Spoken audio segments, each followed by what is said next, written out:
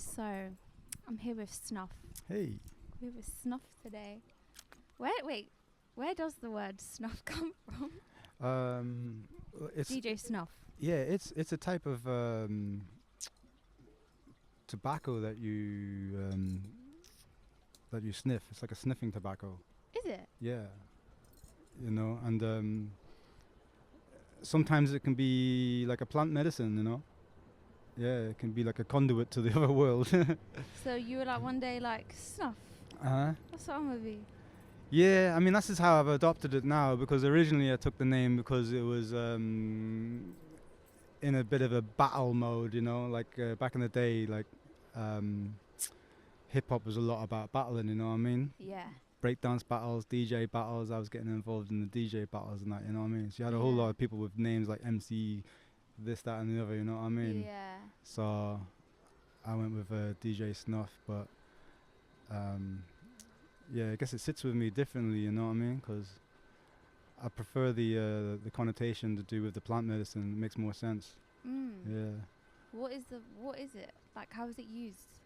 It's I've like never heard of it. it's like a tobacco. You'll see them. They come in like little circle pouches, and you take a little bit on your finger and you kind of sniff it. It's almost like a happy. You know happy. Yeah, it's basically in the same sort of family of like capi, ayahuasca, yopo, iboga. Yeah. So In you're talking terms of like the effects, or yeah, because of the type of alkaloid and all that inside, how it affects the chemistry in the body and the mind, so that you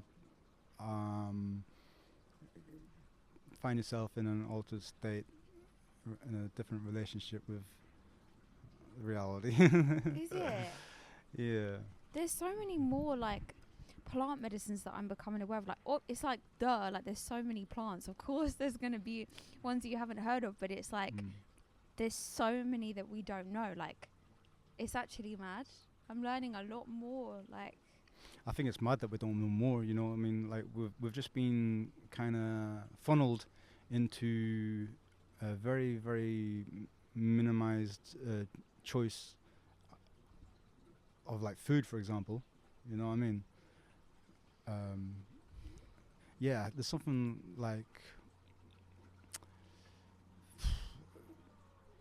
50,000 edible plants. Like whole species of plants. wow. But we're only really tapping into about 15 for our entire sort of like culinary vibe. Yeah. Yeah. Wait, 50,000 edible plants. Yeah. That's so mad when you think about it. And obviously, like the medical establishment is continuing to do so much research on all of these plants, for pharmaceutical purposes, Yeah. because it's major industry, Yeah. And if you can take the medicine out of the diet, you can kind of repackage it and sell it to the people when people get sick, you know what I mean? Because we become malnourished in certain essential things that we should be getting, Like the body is riddled with alkaloid receptors, but we don't really have any alkaloids in our diet, outside of maybe a bit of caffeine or something like that, So what are alkaloids? In the holistic space, the term people would know would be bitters. Bitters, okay. yeah. So you have like bitter taste receptors in the body, like, so the difference between sweet and bitter, so alkaloids would come up with more of a bitter taste. But the fact that we have receptors for them means that we should be getting them in our diet, and they have a vast amount of medicinal properties in the body, like regulatory things, just things that help the body stay in check and know what time it is, where we're at, I mean, because like how we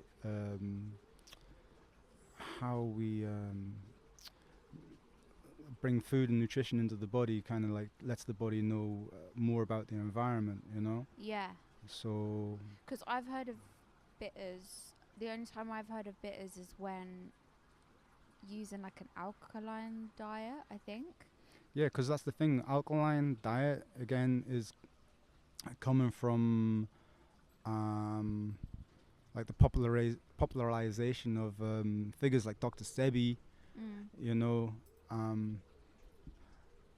But Sebi never really spent a lot of time teaching people what he was talking about. He spent, because again, people are not really up on the science side of stuff. Yeah. You know, when he first come out, he was teaching a bit of science, like, but in his later years, it was really just testimonials and where to buy the herbs. You know, so the idea of what is alkaline or an alkaline diet just became a bit of a whisper situation, you know, where people are running away with the word, not really understanding the principles behind what we would know of as like acid-base reactions, you know, because alkaline would be base, and then the reactions between an alkaline and acid in the body is to do with like ion exchange and energy flow, and light metabolism and all this type of stuff, you know. And I think of people who push the alkaline diet aren't fully aware that there's such a thing as like alkalosis, which is like the other side of the spectrum from acidosis, you know, because like the principle behind an alkaline diet is that it has alkaloids in it, though. Right. You know, it's alkaloids that you should really be looking for. And then the other idea of alkaline is that it's got electricity in it, you know, because if it's in because the exchange between acid-base reactions is the exchange of electrons and protons and flow of so there's so much to it. Photons and that as well, you know. But it's light and electricity in the body, and the flow of information in the body, you know. Yeah. You know, 'cause like when you think to make your hand move and all that, it's like so much nerve reaction and light. Yeah, it's information. You're sending information, you know. But with alkaline, there's just a little deeper understanding that would be useful for people to get, rather than just jump on another buzzword fad. Yeah. So for people that don't know what an alkaline diet is, what would you define it as? Well, that's what I'm saying. And what are the benefits, would you say? Well, I mean, I'm trying to point out the dangers, really. Oh, really? Yeah, because if you don't understand what the definition is, you could be pushing yourself into alkalosis, you know? Right. One of the reasons why Sebi was pushing what was termed the alkaline diet is because people were coming to him suffering from conditions that were a product of being in such an acidic state, you know? Yeah. So if you're living in a city full of pollution, like heavy metal pollution, light pollution, the food is really acidic, you know, in the way that it's fried and the types of oils and the vinegars and all these types of things. Yeah. It's really acidic. So the thing about the blood, the blood is like 7 days a week, 365 days a year, That's the pH of your blood. Yeah. 7.365. It's the same as the days and the days in the year, you know? Why? It just is. I'm just use it as a mnemonic device to remember, yeah? Yeah. If anything, you can take it as well as another coincidence of creation that maybe isn't a coincidence, you know. But the blood stays at that at that level for its functionality, you know. It's like just slightly above neutral, you know. So if you're flooding the body with like acid or acid forming foods, it will lower the pH of the blood, and your blood and your body will never allow that to happen because it will kill you. Yeah. So what it's going to do is it's going to pull alkaline minerals from your bone, right? Like calcium, right? It's going to pull calcium out of the bone and put it into the bloodstream so that it can neutralize the pH, right? So that's why it's important to get like alkaline food into your diet, so you can balance the imbalance of having too much acid. Right. Yeah. But then there's a conversation about what if you're too alkaline? Yeah. You need to bring some acids into your diet. Yeah. You know, because it's all about the balance. Yeah. You know what I mean? But in Western society, Western diet, and stress as well, even beside diet, like high stress is also acid forming in the body. Yeah. You know, so like even things to do with like meditation and prayer can be considered an alkaline practice. And breath work. Breath work, absolutely. Depending on the breath that you're breathing as well, though, because this is a conversation about pollution. You know, if you're in the jungle, in the woods or something, or by the sea, get down some breath work. But if you're next to the incinerator or whatever, you know, maybe hold your breath. So what would you say for like the average person that's like, okay, living in the UK, let's say in London, what do you feel like, what would you recommend be the best kind of way to have a balanced diet, a balanced lifestyle? The best diet to follow, I guess. I'd say there is no best diet, because that's a problem I find on the online community, is that everybody's got the best diet for this. Yeah. Everyone's got the diet that cures that, you know, but it's not taking into account the individual. It's not taking into account a person's body type, their haplotype, which is like your ancestral lineage of, you know, the environment that all of your ancestors have been through, and all of the diets that you've had historically. Yeah. You know, because like what you eat historically through your lineage determines the type of microbiome that you have, and the type of microbiome that you have determines like how you digest food and because metabolize some people food. can just stomach shit that I could never stomach. That's like what I'm talking about. Yeah. You know what I mean? Like over in Asia, for example, they have more enzymes for breaking down soy and stuff. Yeah. Than we do here. You know. So there's lots of different things. You know. But again, I think people can apply some common sense and know that a lot of the things that you should know to be common sense ring true, you know, like you know the phrase eat a rainbow. Nah. Come on, eat a rainbow. It's eat like a rainbow. Yeah, you never never heard that. No, that's like a eat a healthy diet type of mantra. Eat a rainbow, you know, like. Oh, okay. No, Yeah. I know what you mean. Yeah, like it's like eat your greens, you know. Yeah. All your fruits and veg. Yes, yeah. Exactly. You know what I mean? That Colourful. I would always say that rings true for everybody. Eat a rainbow, because you got to eat your greens. You know, like if you go to the doctor with any type of condition, no matter what it is, right, and you're borderline in a very dangerous place with it. Yeah.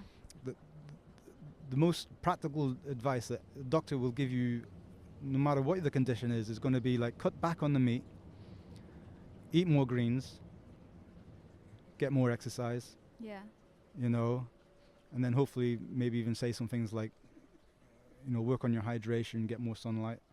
You know, so these are basic principles. You know what I mean? Like if you're living off fried food and junk food and processed food, then it should make sense that you could readdress that. I mean, cut back on that, try and bring in more produce, you know, more fruit, more greens, you know. Yeah. Because I know like the average store is selling garbage, you know what I mean? So the access is sometimes difficult, like to decent food.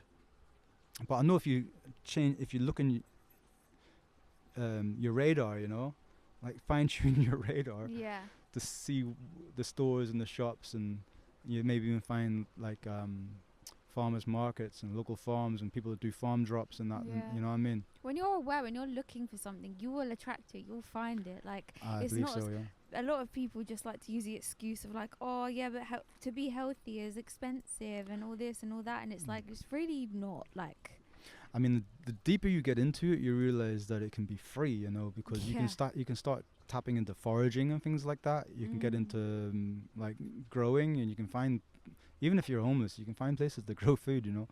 Like I always identify with the squirrels and that, you know what I mean? Like, because they just move unseen around life, you know what I mean? But that's the thing about the human species. We're the only species on the planet that pays rent, you know what I mean? and we have a funny way of a funny way of living, like, you know. It's so true, actually, you deep it. Yeah. I wanted to ask you, because this is a thought I had, like, so everything you can take into account about, like, eating the right foods, and I also want to talk to you as well about, like, light, because I know we spoke about that before. But, like, I have this, like, theory or thought sometimes that, like, you see some people who, yeah, they do eat some processed foods and they do eat things, but, like, because they're quite happy people, it almost feels like it doesn't have that a negative effect on them. Yeah.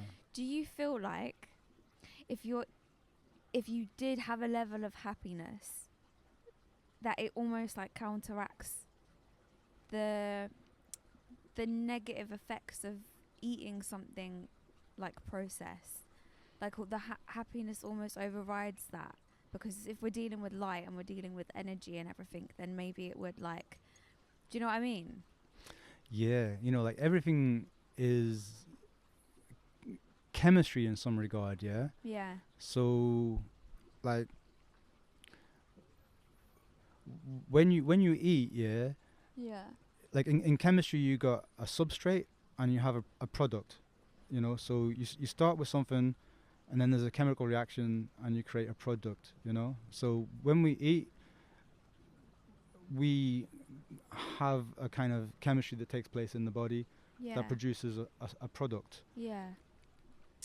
And that could be, like, just straight up how the food is interacting with the body, you know. Or maybe I'm not saying what I want to say properly, you know. I was gonna put that as a precursor to answer your question properly, you know. But I'm just it's important to know, like, there's chemical reactions taking place in the body. Yeah. You know.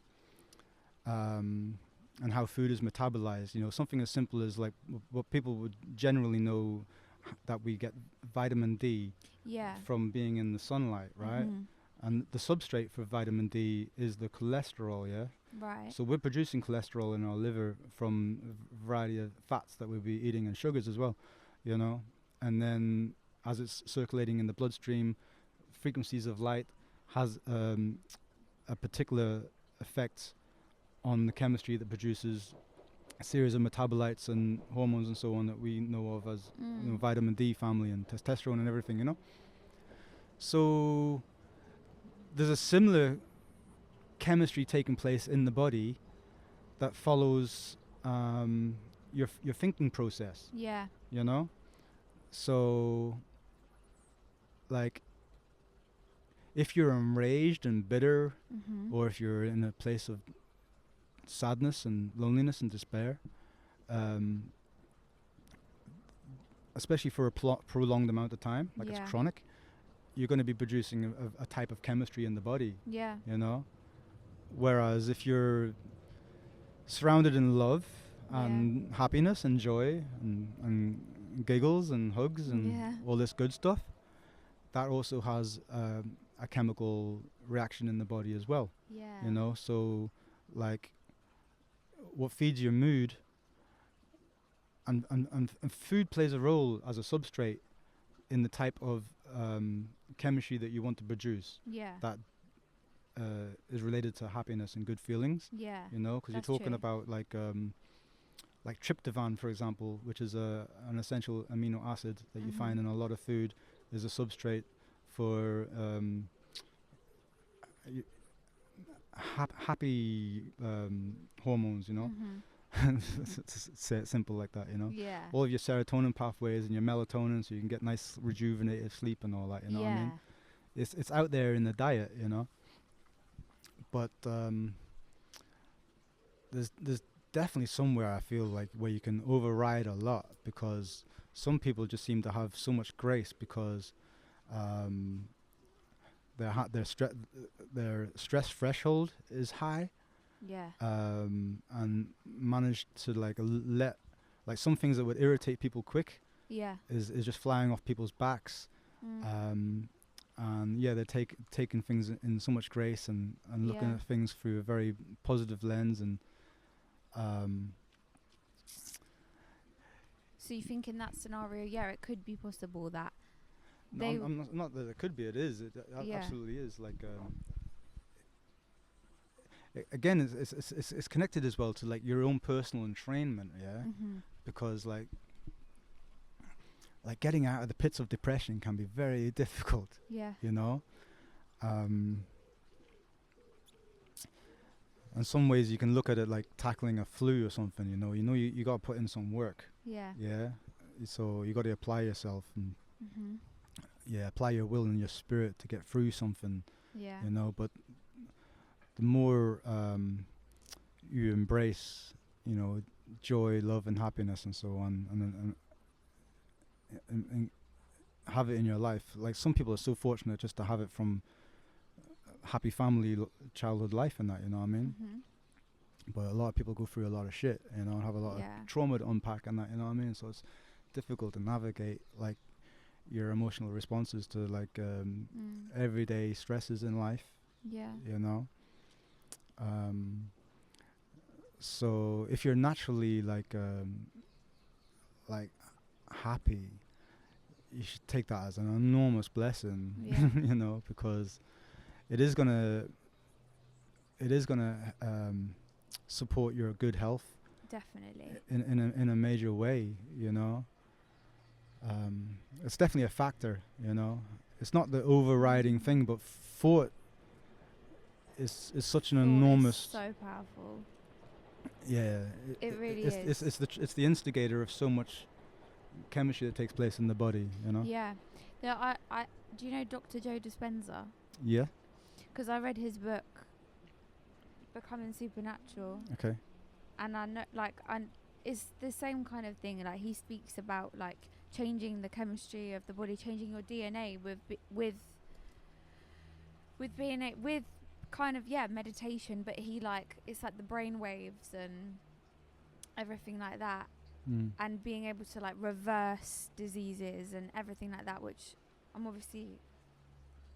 sure you're like complete, like you're behind that. That's I mean, I don't subscribe to everything that Joe says, you know, but definitely, like the science would be called epigenetics, and it was one of his contemporaries, Bruce Lipton. Have you heard of him? I don't know if I recognize the He's got a book called The Biology of Belief. It's really good. Okay. But I believe he's the guy who termed epigenetics, and it's, you know. Wait, so what is epigenetics? It's saying like, you know, the genetics that you're born with are not a death sentence, you know. It's like understanding that you can control the genetic expression of yourself through thought being a primary factor, you know. Isn't it like, you know, when someone says, it's hereditary, like my mum had it or my grandma had it, then I'm gonna get it, but it's like, well, it's probably because you've got that belief, that thought that it is hereditary that's gonna bring it on. It'll be self-prophesizing if you have the belief. Exactly. You know, that's why the book is called Biology of Belief, actually. You know what I mean? Because belief is playing a factor in it, you know, because they have, you know, those terms, placebo effect. And there's also the nocebo effect, you know. So the placebo is like, you know, having the belief that you're healing and you heal, you know, and then the nocebo effect would be having the belief that you're sick and you get sick. So that's real, you know, applicable science. You know.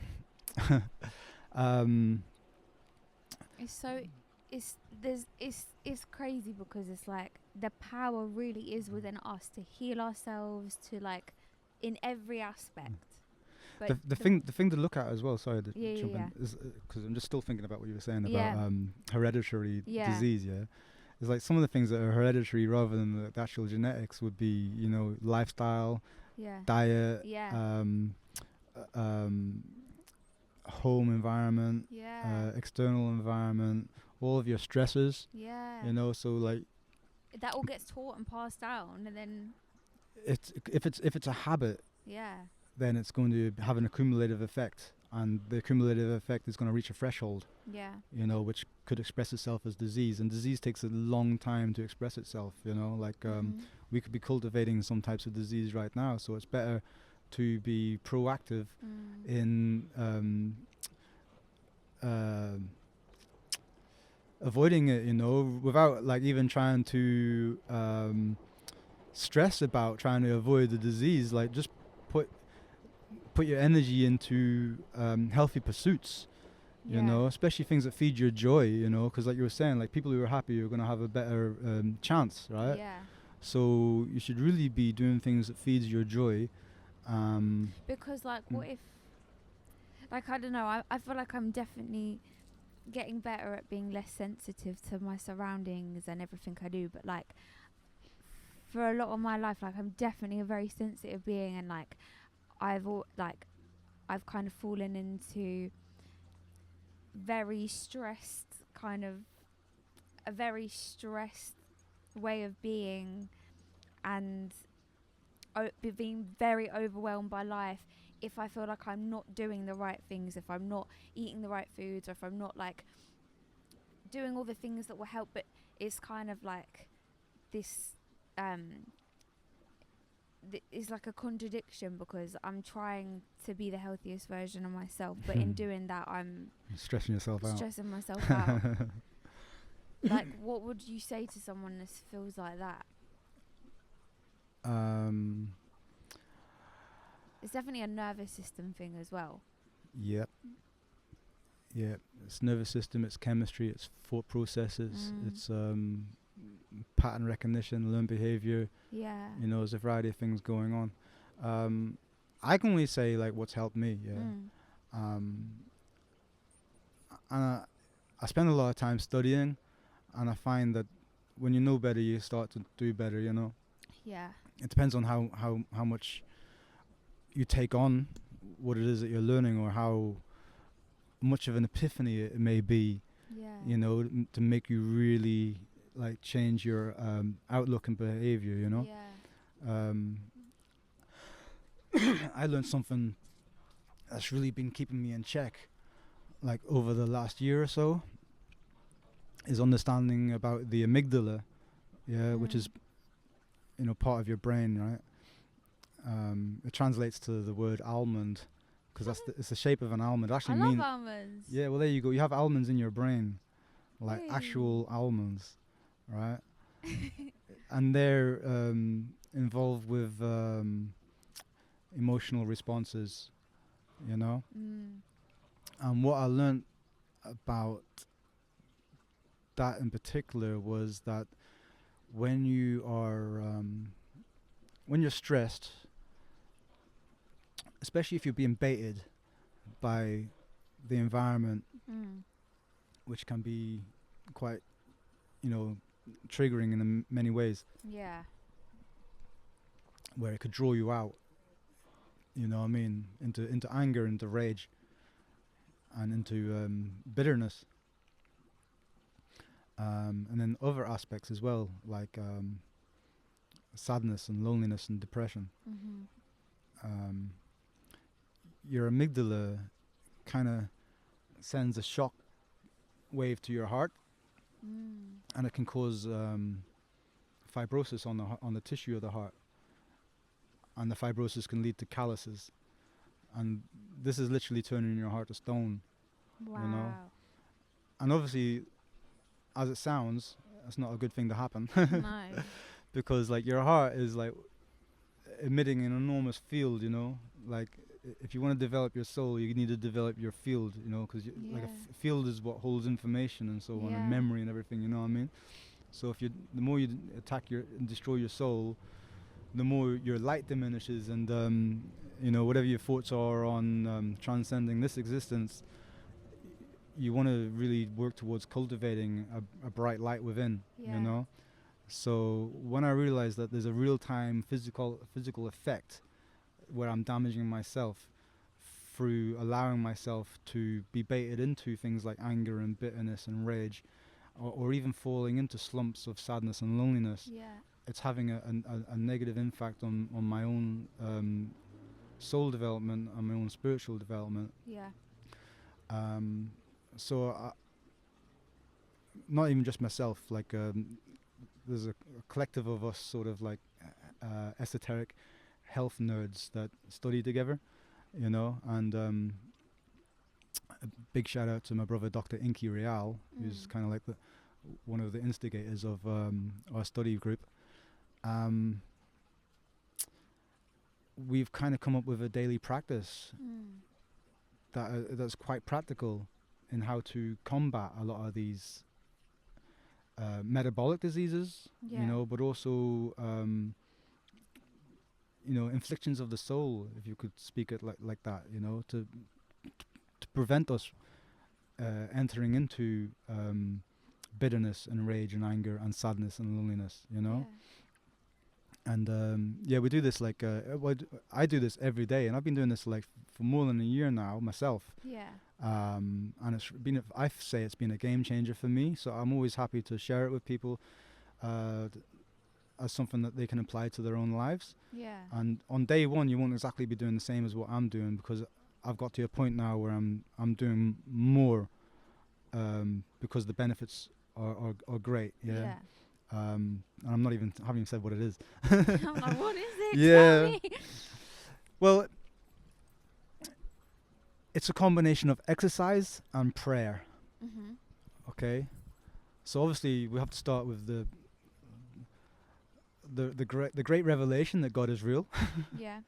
You know, so that's something that people have got to contend with, because there's a lot of people that haven't had the epiphany of recognizing that there's an animating force that we are one with, you know.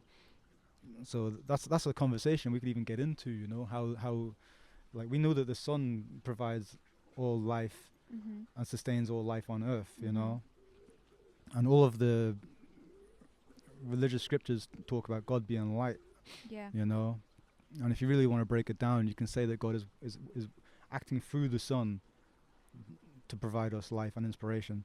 You know, and we are quantumly entangled with the sun as children of the sunbeams, you know. But anyway, that's a sidebar to the conversation, because it involves prayer. It involves a conversation about like having a perspective of what you believe God, you're created to be, you know. Does it matter what God for this practice that you're talking about? I think at the end of the day, everyone's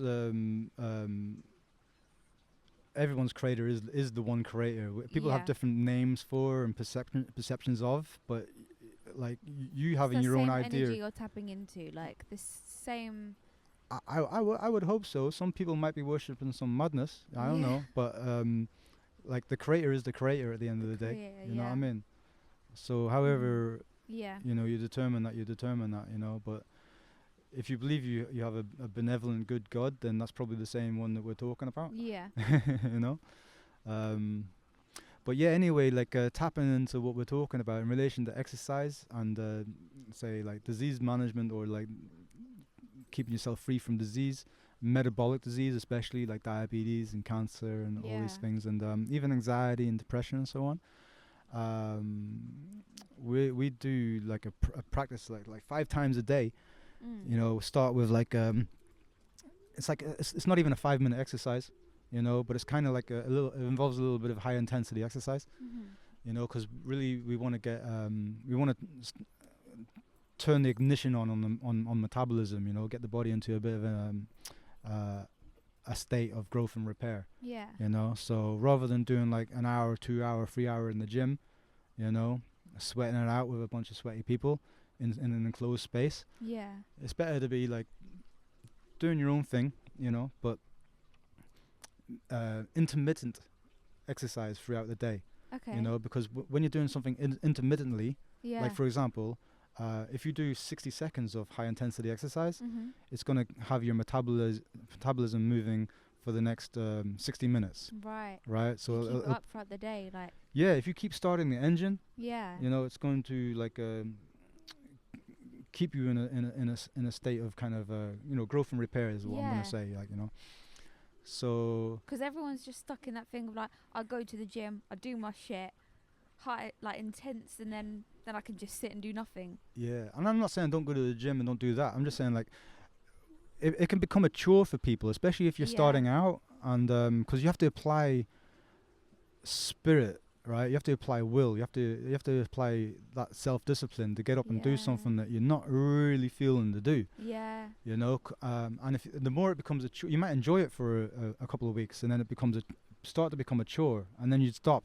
You know, and that's so it goes. You just made me think. Like this is obvious, but it's like, yeah, if you're not enjoying it, then you're feeling all them shit feelings whilst you're working out. Yeah.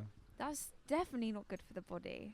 Not really, but you can push through that, because I will say I'll always encourage people to push through and continue to exercise, because you will start to produce endorphins. Yeah. And then you will. I guess it depends what stress I'm talking about, because I know like there's a moment where you push through, but I know that people get excessive with it. Yeah. And that's not healthy.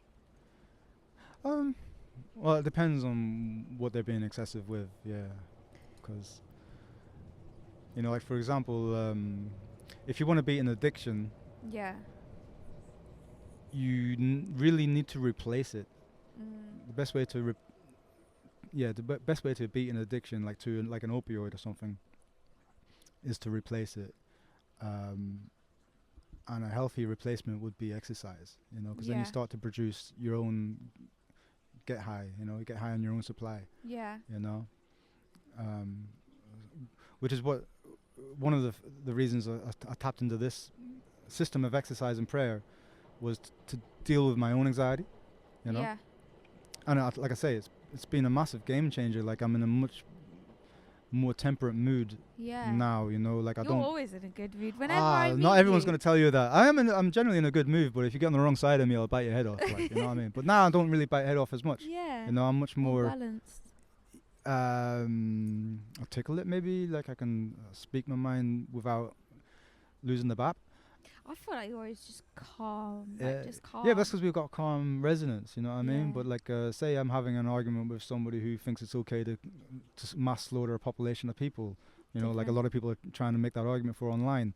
You know, you got to show a little bit of restraint, otherwise you're going to get caught up in that paradigm of getting angry, and then I have to remind myself that that anger is hurting my heart, you know. So I need to look after myself so I can show up in the world a little bit better, you know. Yeah. But anyway, I want to know about the exercise. Yeah, because I'm dealing with like anxiety. Everybody in the group where we're studying, we're dealing with metabolic disease, primarily diabetes, and all of the different aspects of diabetes. You know, you got your type 1, your type 2, and now what you would call your type 3 would be like dementia, and that, you know, it's related. You know, and then there's loads of so-called complications of diabetes, because no one ever dies of diabetes; they die of complications of diabetes, right? And all of those things are like, it's the leading cause of death in the world, you know.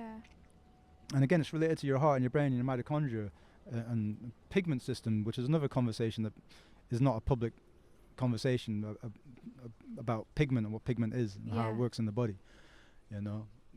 But long-winded way of explaining anything, you know what I mean? But you're gonna say that's me.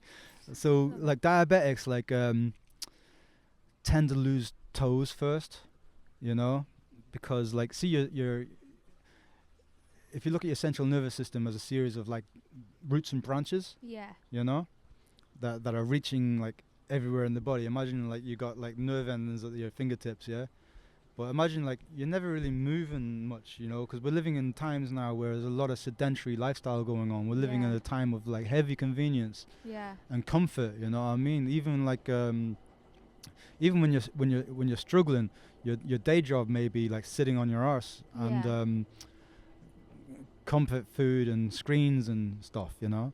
So because we're not actually doing what the body is designed to do, which is really to move, you know, like life is also the privilege to work, you know. Like we have a really bad relationship with the idea of work because of like forced labor and poverty driven labor, Now people think freedom and that is like luxury and comfort and doing very little. But you know, like so true. Yeah, but the life that we're given isn't to you know, to be pushed into forced labor, but we have we do love to work, but it's just no, man. You know, honestly, you know, the like way that we've been conditioned to do it now. It's like you got to imagine yourself living wild. You know, yeah. like you have to walk, climb. If you're eating your meat, you need to hunt. Yeah, you need to gut the thing. You need to and to also just to be of service. Yeah, is literally the most like healing thing you could do for yourself and others, and that's work in essentially. But it's also like it's really good food for the soul and spirit, to receive appreciation for works that you've done in service. Yeah, you know what I mean, even though like there shouldn't really be any type of reward, but generally it comes from people regardless. You know what I mean, and people appreciate you doing stuff from your heart without any like ulterior motive. You tend to find blessings coming your way. You know what I mean? Yeah. But sedentary lifestyle is a big health issue for people. You know, because I was just making the point there about how our nerves are almost like branches and roots, but they also can retract.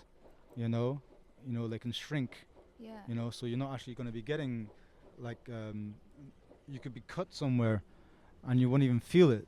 Yeah. You know, and that could be a major problem because you're not going to get like the signals are not being sent to your actual body. Yeah. To send, the ambulance, your repair group, because like usually you get an inflammatory response and that sends all of the little fix up guys, Yeah. Your Fraggle Rock crew like to go down and fix stuff up, right? I don't even know what these words are. Yeah, I know. That's a childhood ref. I knew you weren't going to say that's for the audience at home. Because people more around my age need to know this information because like it's more like people in their 40s and all that need to be paying attention to our health, and kind of like making up for lost time, you know what I mean? Because if you're younger, you get a head start. I would always recommend like get off your arse, stay active.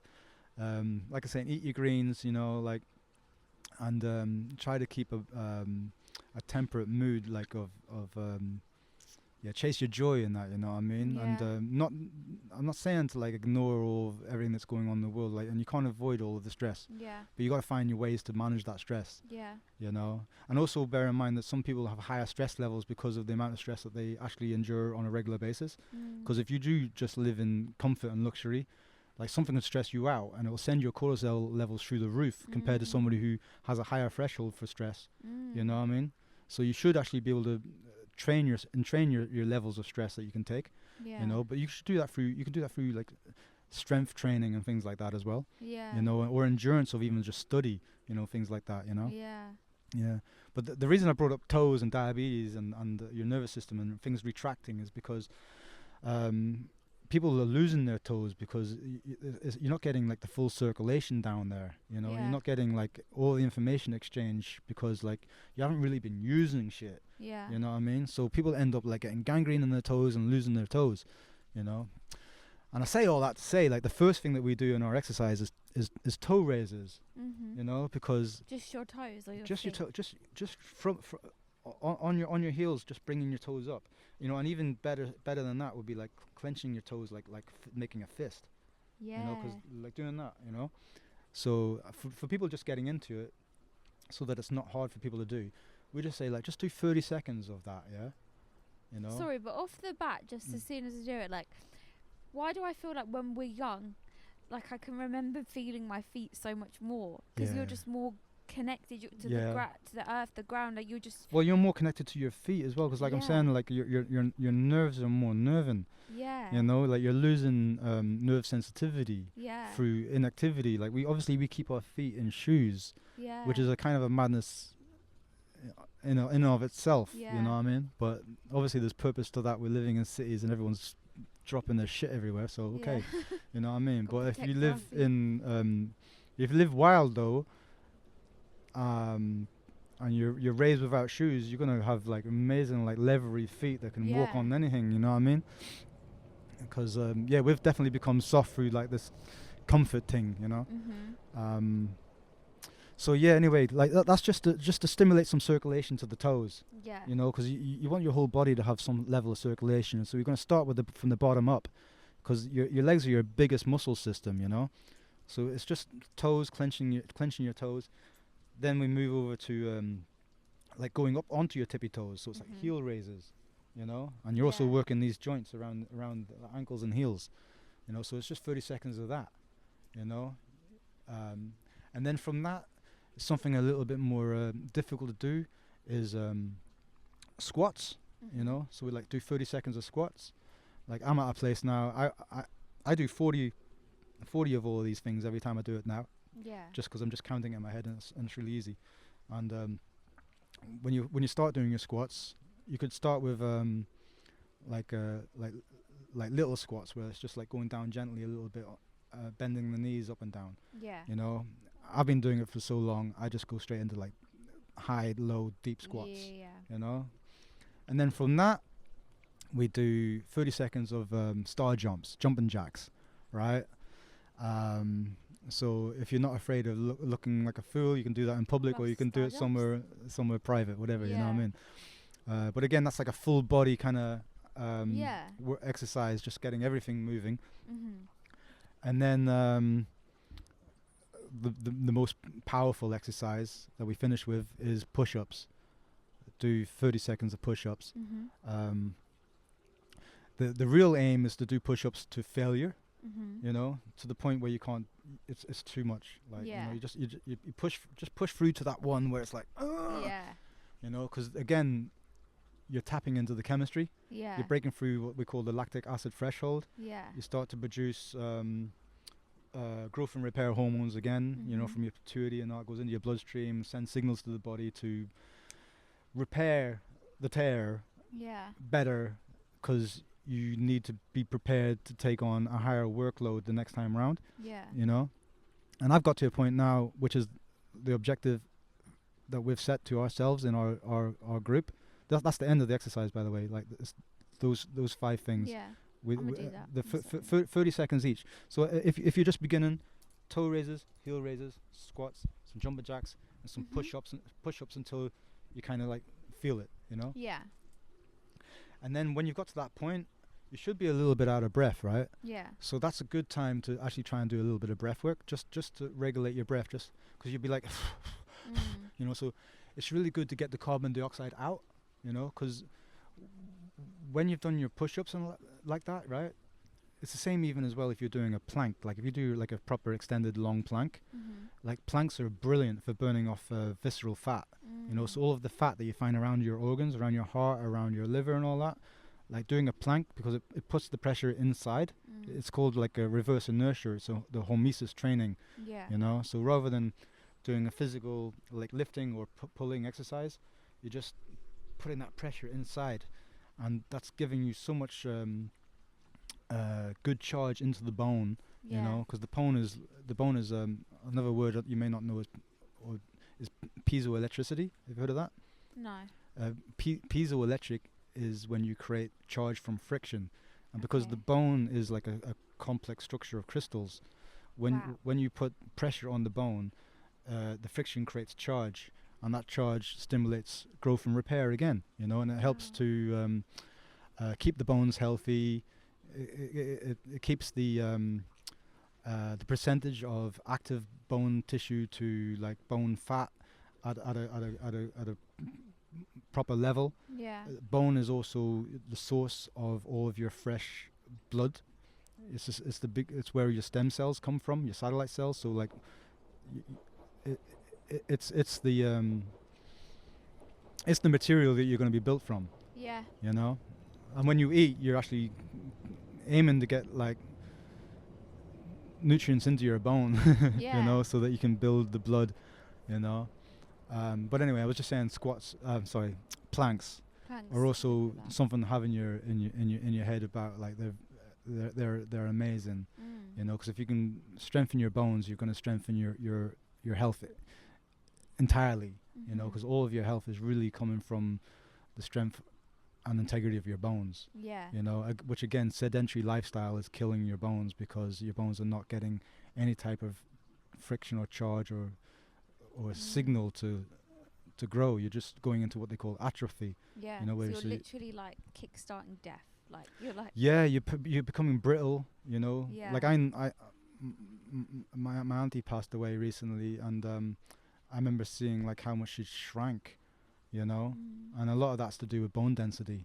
You know, so if you want to go for longevity, like rather than being like the bodybuilder in the gym, you want to think more like long term, like athletic. Yeah. You know, but you don't even need to like train like an athlete, because athletes are working towards a goal. But if you're looking for like actual just general health and longevity, you want to do everyday, habitual, intermittent exercises. Yeah. And couple of that with mindfulness. You know, like what we do after that short exercise that I just ran through is that's when catch the breath with a bit of breath work. You know, the reason I was saying you got to get the carbon dioxide out is because this is a great opportunity to clear sugars from the blood.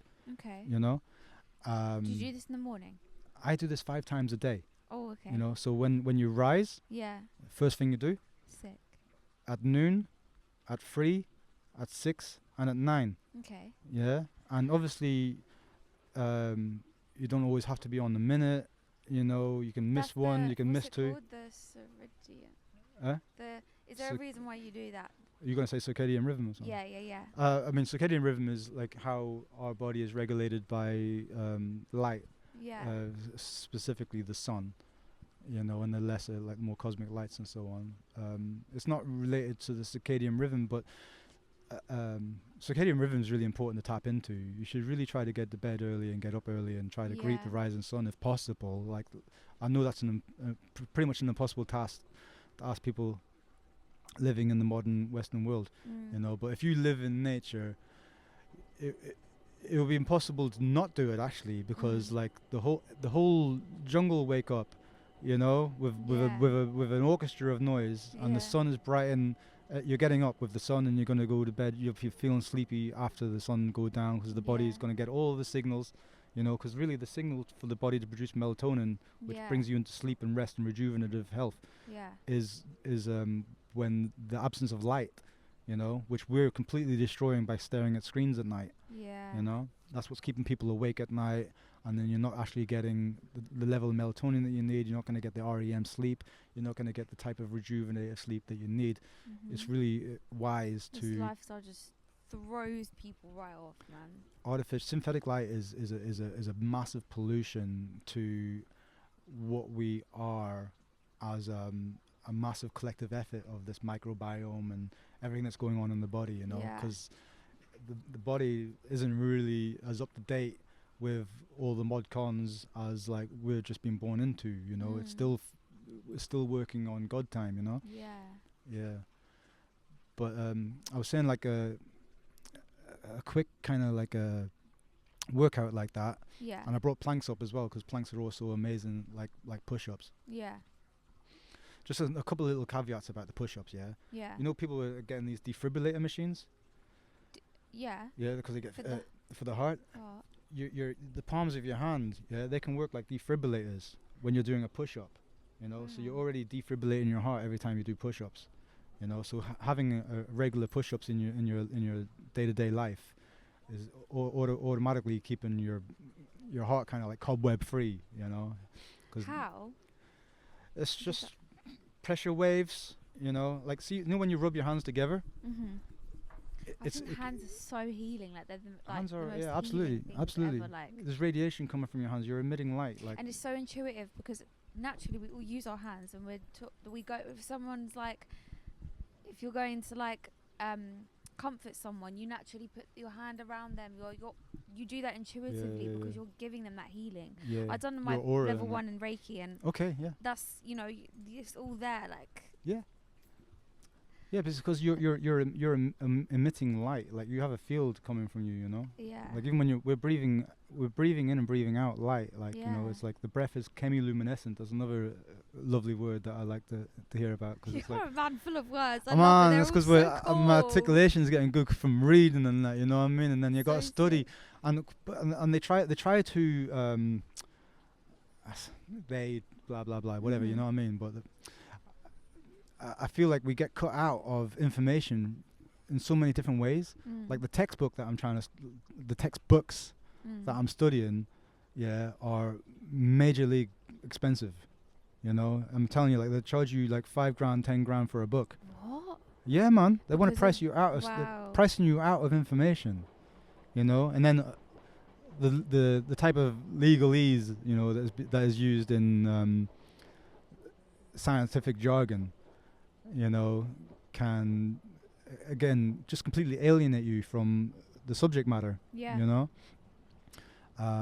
so it takes a wee while to break through, you know, but I've learned to break through because one of the things I learned as well is that abstract study is one of the main things that is going to prevent any onset of dementia in your body. You know, if you want to keep your mind active, study is really great. And some of the best types of things that you could study to keep your mind straight would be like a language. Yeah. You know, learning instruments. Yeah. It genuinely unlocks a part of your brain. It just keeps you. It keeps the neuroplasticity. Yeah. Like growing. You know. Yeah. Again, it's a question about use it or lose it. You know, it's about atrophy. You know.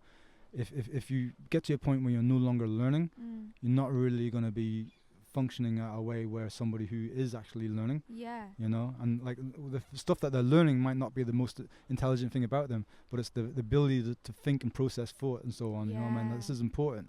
You know, because like the older we get and the less that we learn, we start to turn into mush, and you want to avoid that. So I've got no fear of trying to learn challenging subjects now because I just know, again, just the same as doing reps with the body, I got to do reps with the brain. You know, I got to study. I got to read. If I don't understand the book, I got to read it again. I got to look up that word. I got to look up that definition. I got to understand the context and concepts around this terminology. And how can I simplify that into stuff that I can apply to my life? Which again breaks down to these simple things that we understand about, like, you got to exercise, you got to eat healthy, you got to keep your avoid stress and stuff. You know what I mean? You got like nature is like a real healing environment. The polluted cities ain't so much. You know what I mean? And you could read a billion one research studies to come to these basic things that we kind of already know. But it's like we go on that journey of having to understand it because we need to understand why. Like we need to feel that because otherwise we're just doing it because someone's told us. That's what I was saying in the beginning. Like I'm doing what I'm doing because of the epiphanies and revelations that I've really sunken in. You know, so I don't expect me to be saying like to somebody like doing daily push-ups is going to change your life. No. Because they don't know why. You know, when you really see like how it's you know, changing the chemistry of your mood, and also, for example, I mentioned mitochondria. Yeah, an interesting thing to know about when you do exercise, especially like resistance exercise, and the reason why you can only do so much before you fail, is because like your respiratory proteins, your mitochondria, are only functioning at a particular level, right? So the more exercise that you do, the more cell proliferation takes place when you're building muscle, and inside each of those cells you're gaining more mitochondria. So the more mitochondria that you actually develop in your body, the more energy production you can produce, the more stress you can endure, and the more they call it the volume of max oxygen that your body can take. They call it Vox Max. It's really related to the level of endurance that you can withstand in any particular moment. The more you exercise, the more you're going to be able to do more the next time. Because you're producing more of these respiratory proteins in your body, like these little. Because they're part of us and they're not part of us. They live symbiotically within us. Like we're riddled with them, you know. But mitochondria is a really interesting thing to look into because, like, they can control your cravings and urges and so on, you know. And they could really just dominate your your get high impulses, your comfort eat impulses, Yeah. you know, rather than you training your mitochondria, Yeah. you know, because they will reward you in the same way you reward them if you are really active, because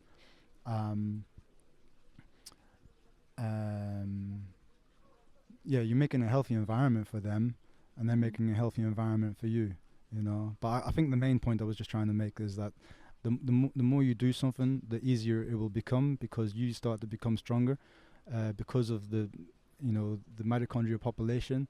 And there's so many benefits to that, like the simple thing that I said about stress endurance. Yeah. You know, like if you're easily triggered, like exercise is going to be a good way to build yourself up into a place where you're not as easily triggered. You know, you may be more, you may deal with a situation in a much more relaxed manner. Yeah. You know, because your threshold is in a different place. You know. Yeah, like you said, like people being aware of this and understanding how that works. Yeah. It just makes it. That's what I'm saying. I think that's an interesting thing to take on board and to think about, because if you want to become like for example, like if you're learning an instrument, day one you're probably pathetic. You probably think, I can never do this. Can't get the fingers right. Can't do nothing right. Stressful, man. You know, but through discipline and determination and know-how, learning a little bit of instruction, you start to get better. You start to get better, and you get to a point where like almost like the muscle memory takes over. You know, and then even the programming that you've put inside your soul, you just start to play like through Zen, through like you're just in this place, you're just vibing, you know. Yeah. But you had to apply yourself to begin with, that discipline. So it's the same with like the energy and health of the body. You know, the more you work on it, day one is really difficult, but you start to become, like I'm saying, like I was saying, like you do 30 seconds of push-ups, right, to failure. What we do in our day-to-day is that we aim to do 60 push-ups in 60 seconds each time, you know. And I'm at a point now where I do 60 push-ups in 60 seconds and I haven't even reached my threshold. I've got to push through to like 80 or 100 to get to that place where it's like I can't, I'm destroying myself. Yeah. You know. But for me, I'm very happy about that, you know, because my strength is better. I know my bone health is better. I know my blood is better, and I also have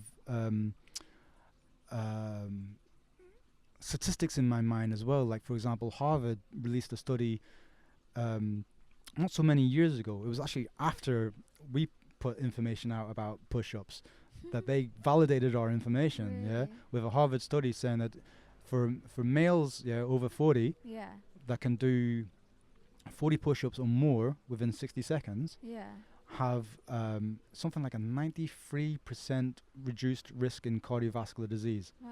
Right? So you can't get medication that can do that. Yeah. You know? And this is free. Yeah. You can do this daily, you know? So, whatever you struggle to do, if you struggle to do one, struggle to do that one until you can do two. Yeah. You know, because I was struggling. It's so simple, and it's a good little thing to follow every single day, because you're going to see your own progress. Exactly, and the progress is only going to lead towards not just the chemistry of rewarding you with like the better feelings and this more stress endurance and the endorphins and all the happy hormones. It's also, you know, a little bit of self-worth and all that, you know, like I'm progressing, and you even get mental clarity and all that out of it, you know what I mean? So and I was in the same place. I wasn't really struggling with 5, I was struggling with 10, you know what I mean? Definitely struggling with 20. You know, so I was doing things where I would do a few push-ups. Originally I was doing some in the morning and some in the evening, you know, and I was really happy with that, and until it was started to become more easy, you know. And now we're at this place where we do it 5 times a day, and I'm doing 60 plus push-ups in each time. So I'm at a place where I'm doing 300 push-ups a day, you know, which if I say to someone I'm doing 300 push-ups a day, that sounds like madness, you know what I mean? But I don't even think about it, because I've got to this place because I've done it so repetitively, intermittently throughout the day. It's just like brushing my teeth. I can't remember brushing my teeth today. I definitely brushed my teeth. I definitely had a shower. Yeah. You know what I mean? There's these things that you just automatically do because you've programmed them into your life. Yeah. You know, so and that's the thing about intermittent exercise. Yeah. Rather than forcing yourself to go to the gym or forcing yourself to go see a trainer or do some circuit training, that could feel like a lot for somebody just starting out. You know. So if you set yourself those little goals, like I'm not even saying jump straight into what I'm talking about, this 5 times a day thing. Yeah. If you can do it once a day, just start. like push yourself to a little threshold, even if it's just like pushing yourself through a plank or doing some push-ups. It's going to strengthen your heart. It's going to strengthen your bones. It's going to lead you to be stronger. It's going to improve your mood. And it's going to decrease your risk for all-cause morbidity. You know what I mean? It's basically going to give you a better chance in life tomorrow. You know, of what you do today, rather than sitting on your ass and filling your mouth with sugar. You know what I mean? And it's hard to avoid all of the processed foods and the sugars and all that as well. So this is almost like seen as a way to mitigate the dangers of the life that we're living in. You know what I mean? Because like, you can't avoid the tap water. You can't avoid there's just so much stuff that we can't avoid living in cities, you know? So gotta work around what we're dealing with, like. You can do your best depending on your radar, but just getting your body functioning in a way where it's doing its own clearance, like it's the lymphatic system is working in a way where it's, you know, flushing out the dirty water and that, you know, like just basic stuff. So then where does the prayer come into it? So I was just saying about the breath exercise as well, because like when you're breathing out, I do breath work every morning. That's awesome, and something that's really interesting to know about the inhale and the exhale, right? Like I said, you're breathing in and breathing out light, and light is information, which is another conversation. But you're breathing in what we know of as like oxygen, nitrogen, nitric gases, you know, there's us fusing in the nitric oxide in the lungs. That's so much you said that, because yesterday I was doing breath work and I do breath work every morning, and sometimes I have really profound experiences and I have little downloads and I write them down. Sometimes it's not, it's just like a nice reset almost. But I did it yesterday morning, and while I was doing it, I realised like this is the same feeling I used to get when I do balloons. Oh, mad. Like, do you know what I mean? Well, like balloons, it feels very similar. Like, and I've never do balloons now. Like, no, balloons will definitely lead you into dementia. Yeah, no, it's I wouldn't not recommend good. doing balloons. But I felt like there was a similarity in the physical feeling that I got. Because you and also sound, like the way my sound changed. But I obviously know that there's reasons for that happen in the body and stuff. But then I looked up like the similarities between doing breath work and nitric oxide, because I'm pretty sure that's what it is. What is it? It's nitrous something. Oh yeah. That they're inhaling when you're doing balloons. Laughing gas. The laughing gas. Yeah. Is laughing gas not helium? It's not. It's something beginning with them. Because they call it NOS. I remember there was animal nitrates in the poppers that people used to sniff. You know, which is definitely something that's going to destroy your tissues. Yeah, it's not good. It's not good. No, not at all, you know. But when we breathe, we produce what we call nitric oxide, and that works as like a vasodilator in the body, you know. So that can lower your blood pressure and help with blood flow, and again with communication and this, that, and the next. You know what I mean? And that happens actually when you're humming. You know, so it's like you could do that as part of your meditation, yeah. This is having an actual real-time effect in the bottom of your lungs, where the gases are kind of like bubbling with the blood in the bottom of your lungs, and it's getting into your circulatory system and helping with vasodilation. You know, so humming, like I'd even recommend that as a daily exercise, humming a song. Like just to yourself, like, you know, if you got a favorite song, hum that, because it will have a really good effect on your circulatory system, you know. But the thing I was saying about breathing out, when you're catching your breath after that exercise that you just done, and we just finished the push-ups, got up, it's like, you know, but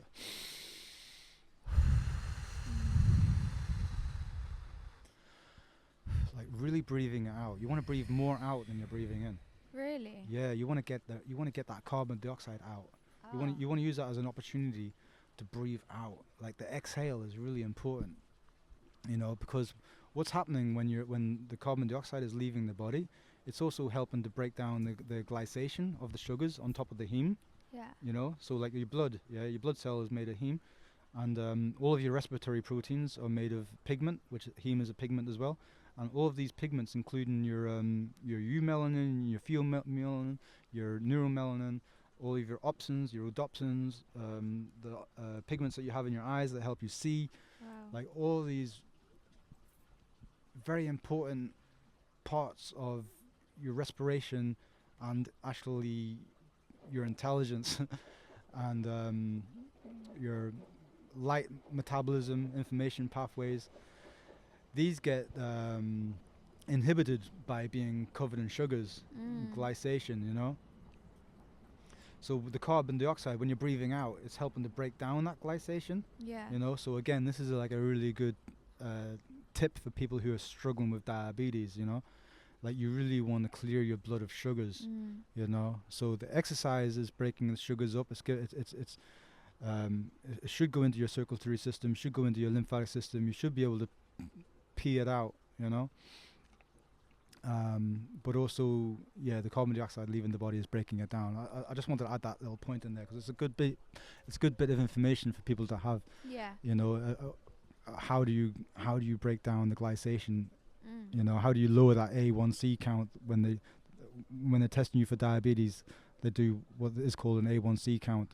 Okay. That's checking how much glycation, how much sugars is on your blood cells. You know. Yeah. They're primarily looking for glucose. So there's other sugars that are in a blind spot, like fructose. You know. Right. Yeah. You know, but they're also dangerous. Like they cause fatty liver and all sorts of stuff. You know, so you need to break down the sugars, and the other way of breaking down the sugars is to utilize them, you know, like actually burn them, you know, which is why being physically active is also super important. Yeah. You know, so this 5 time a day exercise that we've developed is almost for people that are living sedentary lifestyles and need that motivation to get up and do something, because it's like life or death situation that if you don't, you know, because if you continue to just not do nothing, disease is just going to fester, and you're going to go into mental atrophy, and it's game over for you, you know. If you want to tap into health, into happiness, you know, and being able to show up in the world, you really do need to apply that initial spark of your spirit into some self-discipline. And I think the point I was making earlier about how, like, the more you do something, the easier it becomes because your body starts to produce more of the mitochondria and so on. That first step, that first day of self-discipline is always going to become easier and easier and easier up until you get to a point where, like, the reward is just like an addiction. You know, you'll be saying, like, I ain't done my push-ups. I want to do my push-ups because it's like it's like a get high. You know. Yeah. So now we've done that little short exercise, breath work, catching the breath, breathing out, quick prayer, right? And this is our own research and our own teaching. We're saying that the power of your prayer will be more amplified after this short exercise because of the more energetic state that you've just put your body in, you know. Because if you could be praying from a sedentary position, but some of the most powerful prayers is done through song and dance. You know, like when you're dancing and when you're singing your prayer. Like these are powerful word sound power mechanisms, you know. So we pray after this as it's almost like a warm up to the prayer. You know, and the prayer, because we're studying anatomy, we're studying health, we're studying metabolism, respiration, and so on. And an understanding of how to learn also includes repetition, you know, and building on repetition with new caveats. So it's the same with doing exercise. You're doing reps, you're building your strength, your body up, and you're improving your health, and you're giving yourself better chances for this, that, and the next. And then you can probably even include start adapting and putting in new variations of exercise and working other things and having other things going on. So with the prayer is gratitude. I could even give you a little quick rundown of how I would usually say it. You know, it'd be like I would be giving thanks for the divine spark of life that sent my cells into perpetual motion. You know, I give thanks for the light continuing to shine within me. You know, I would give thanks for the magnetism of the Most Holy. You know, that propels and attracts my little ferry boats of light, my blood cells, through 60,000 miles of vessels and caves every 60 seconds. You know, I'm giving thanks for this in the prayer, and it's also reminding me about the anatomy that I'm being thankful for. Because when when you're having that gratitude, you're focused on those things that you are grateful for. You're just putting yourself into that state of. You're putting yourself into a state of gratitude. Into a state of you gratitude. know, yeah. And here's the thing, like, okay, I'm giving thanks for my river of life. I'm giving thanks for my breath of life. I'm giving thanks for my tree of life. You know, I'm giving thanks for life. I'm giving thanks for my breath and for the light in my breath. Yeah. And I'm doing real-time revision about my anatomy as well, because I'm giving thanks for my final factory system, ripening my grapes of light, and the permeability of my pulmonary walls, and the safe passage of light through the 12 gates of my heart. You know, this is so cool. I'm giving thanks for my my jed pillar, which will be my spine. I give thanks for my spine, providing me with stability, providing me with a steady fleet of ferry boats of light to dock in my vineyards and to travel throughout. Wow. You know, because your spine, like I said earlier, your bone is where your stem cells are housed. Your blood is coming from your bone marrow, and in adults, the most active bone marrow is going to be your spine and your ribs, you know, but primarily your spine. Your spine is really providing you with a steady flow of blood, fresh blood, you know. So spine health is related to bone health. Spine health is related to mental and spiritual health, because you're talking about your cerebral spinal fluid, which relates to your seat of your soul and your ventricle system and everything, you know. So adding another exercise, you know, pull-ups, that's going to strengthen your intelligence, your potential for intelligence, because you're strengthening all of the muscle groups around your spine. You're strengthening the bone of your skull. You're strengthening the muscle of your brain, the fats, everything, your connective tissues, the information highway. You're giving yourself a much better chance to be able to communicate. Ask you a question for me personally then. Do you know me and Rox had that accident in Greece? Crazy. And I fractured my vertebra in two vertebrae, and basically what I've been told is that I now have a wedge collapse, so one side is compensating more, and then that's just like created lots of compensation. So ever since the accident, I get back pain, and there's a like twist in my pelvis, so I notice the difference in balance between like my left foot and my right foot. Like I notice it when I'm doing exercising, whatever. And I go to a chiropractor that isn't like standard chiropractor. It's like they have their own method. And what they say is that maybe to stay away from doing certain exercises, because I'm quite flexible already, so I love doing yoga, but it's not great for my back because I'm already very stretchy, and I'm stretching what is it that's around the spinal cord? It's like surrounding what? The spinal cord. What's wrapped around the spine? Spinal cord. There's like a word for like. You got the vertebrae, the spine. It's the material that's around the spinal cord that like makes it stretchy or something. I can't remember. Collagen? I don't know. Tendons, ligaments. There's something. And when you stretch that, like it's harder for them. It slipped my mind as well. I know what you're talking about. It's more like the soft, like almost fluid type tissue. I think so, yeah. But when you stretch that, it's harder for them to do certain adjustments on me, basically. But anyway, like, so I'm always going on this back and forth of just trying to like understand like how I can go about life, because right now I'm like quite stuck to having to go there every week, and I'm like in my head I believe that like I'm just made up of matter, like but my bones are matter. Surely I can heal that at some point. And like, what would you say to that? Well, I mean, you're because dealing with a particular at the moment situation. I'm like hiding from certain exercises, like even planks, like that kind of hurts sometimes. Okay.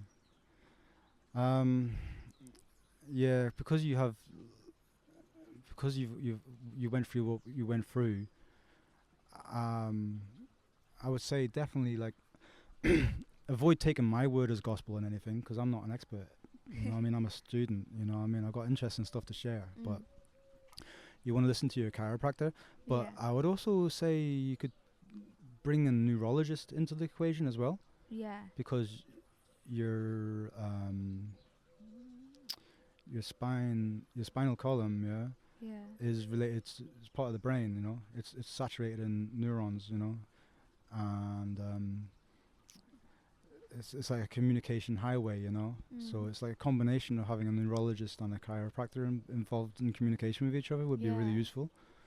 You know, one thing that I know that is of benefit to the spine, outside of what I was just saying, which really is more for people that I suppose wouldn't have like spinal issues like what you've got, because if there's a danger with like strenuous exercise exasperating the problem, then you kind of want to find a way of doing a softer exercise. You know, so maybe like you don't want to jump straight into like pull-ups and stuff like that, you know.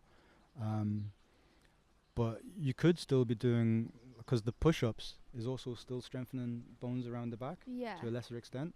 So like strengthening the muscle integrity around the spine is it can only have a beneficial effect. You know, and then the other thing is like hydration. You know, because like the fluid between the vertebrae, where you get most of the problems, that would be called like slip disc, this, that, and the next, is to do with like the integrity of like that tissue there, that kind of gel, and that's a conversation to do with hydration, you know, and then hydration is a conversation with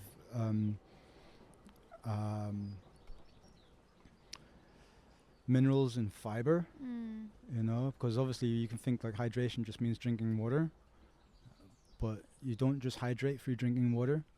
You know, you need to have like fiber in your diet, because like the water and the fiber kind of combine to make more of a gelatinous, viscous substance in your digestive tract that the little fingers sort of like extract from. You know, and then also carbohydrates in the word. You know, you can hear like the carbohydrate hydrates you. You know what I mean? Because that's you talk about sugars, because sugar is actually carbon saturated in water. You know. Yeah, if you look at the actual chemistry of it, you got like you're going to see a lot of O's and H's. You know, hydroxyl groups and so on attached to little strains of carbon. You know, and those sugars should be hydrating you, but the problem is we're having too much sugar in our diet, and it's causing it's causing us to be a sticky mess. You know, and it's actually blocking hydration. You know, like when things when your pigments again are becoming glycated, you're blocking your body's potential to actually hydrate itself. And you just stop. You can drink all the water of the day, and you're just pissing it out. You're still drying up. So I mean, we actually have a book on the spine that I can lend you, and you can tap into it. Oh, that would be good. Just so you can gain some understanding around the anatomy and so on. But yeah, that's definitely a conversation to just keep building with you. Because when it's something more mechanical, like it feels as though that's something that can't be healed as easy. When it's something like not a broken bone, because I know that heals, but when it's something that's like not in alignment, or it's like, how can we heal that without adjustments? Without adjustments? Well, adjustments is what you need. Well, just trying to figure out how to make the adjustment. Or like, do you think there's any way that I'll ever be able to heal it so there just is no wedge collapse there? Yeah, I'd imagine so, but because I'm in that world of expertise, I'm superficial. So Yeah. I'm not the one to give you advice on that. Yeah. Honestly, but I'm saying that it would be an interesting dynamic to introduce a neurologist to the question, and then maybe chat to your choreographer about best methods of hydration for the spine, you know, because the more you hydrate it, you know. But I also believe that like all of these things were kind of meant to happen to us anyway, because it's like they're the biggest teachers. Because whenever there's something wrong with my body, whether it's happened just from nowhere or well, it's not never happening from nowhere, but just, you know, whether it was like me having that accident or I just noticed something changed within my body, like I feel like it actually is always a teacher. It's highlighting something that you can work on. Well, it definitely gave you something to work on. Yeah, definitely. I don't know, that's philosophy. I mean? That's like philosophy. So I can dig that. You know. Yeah, I feel like it's always the biggest teacher. Yeah. I feel like everything is. It's just the way we respond to it and the way we receive it. Well, my related philosophy to that is that, you know, we're guided, you know, and the guidance almost show up like sat nav. Yeah. You know, so if you take a wrong turn or if you have a crash, the sat nav kind of like redirect you to the right path no matter what. Yeah. You know, because like, so you can always take a wrong turn in life. You never really are taking a wrong turn, really. Yes and no, but I think you'll always be re-guided in the right direction from no matter what. Because there's the idea that people say everything happens for a reason, but I'm more like you can find a reason in every happening rather than everything was meant to happen for a reason. Because I just know that the guiding light is always going to guide us right. Yeah. You know, but we're fallible people. You know, we're going to make mistakes and could be wayward left, right, and center all the time. You know, so I'll just be graceful for that grace that the guiding light is going to. That's why I'm talking about the sat nav. You know, I mean, it could be saying like just go straight that way, and then you go that way, and it'll redirect you. No, that way. And I'm like, okay, I'm still being guided the right way. You know. Yeah. What's your like experience with coincidences and synchronicities and like just going through your daily life with feeling like that connection to whatever God or spirit is for you? Because I feel like the more you practice and the more you have that faith and the more you're aware and try and tap into that, it's just all those miracles I just feel like are always happening. Like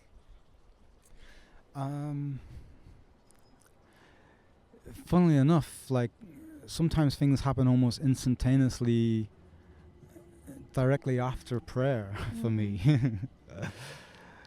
Which makes me lean even more into that gratitude and the experience, because I'm thinking like I just prayed for something and then I got a phone call which is along these lines of like of an opportunity, you know, and I'm like, okay, right, you know, like asking you shall receive type vibe is taking place, you know.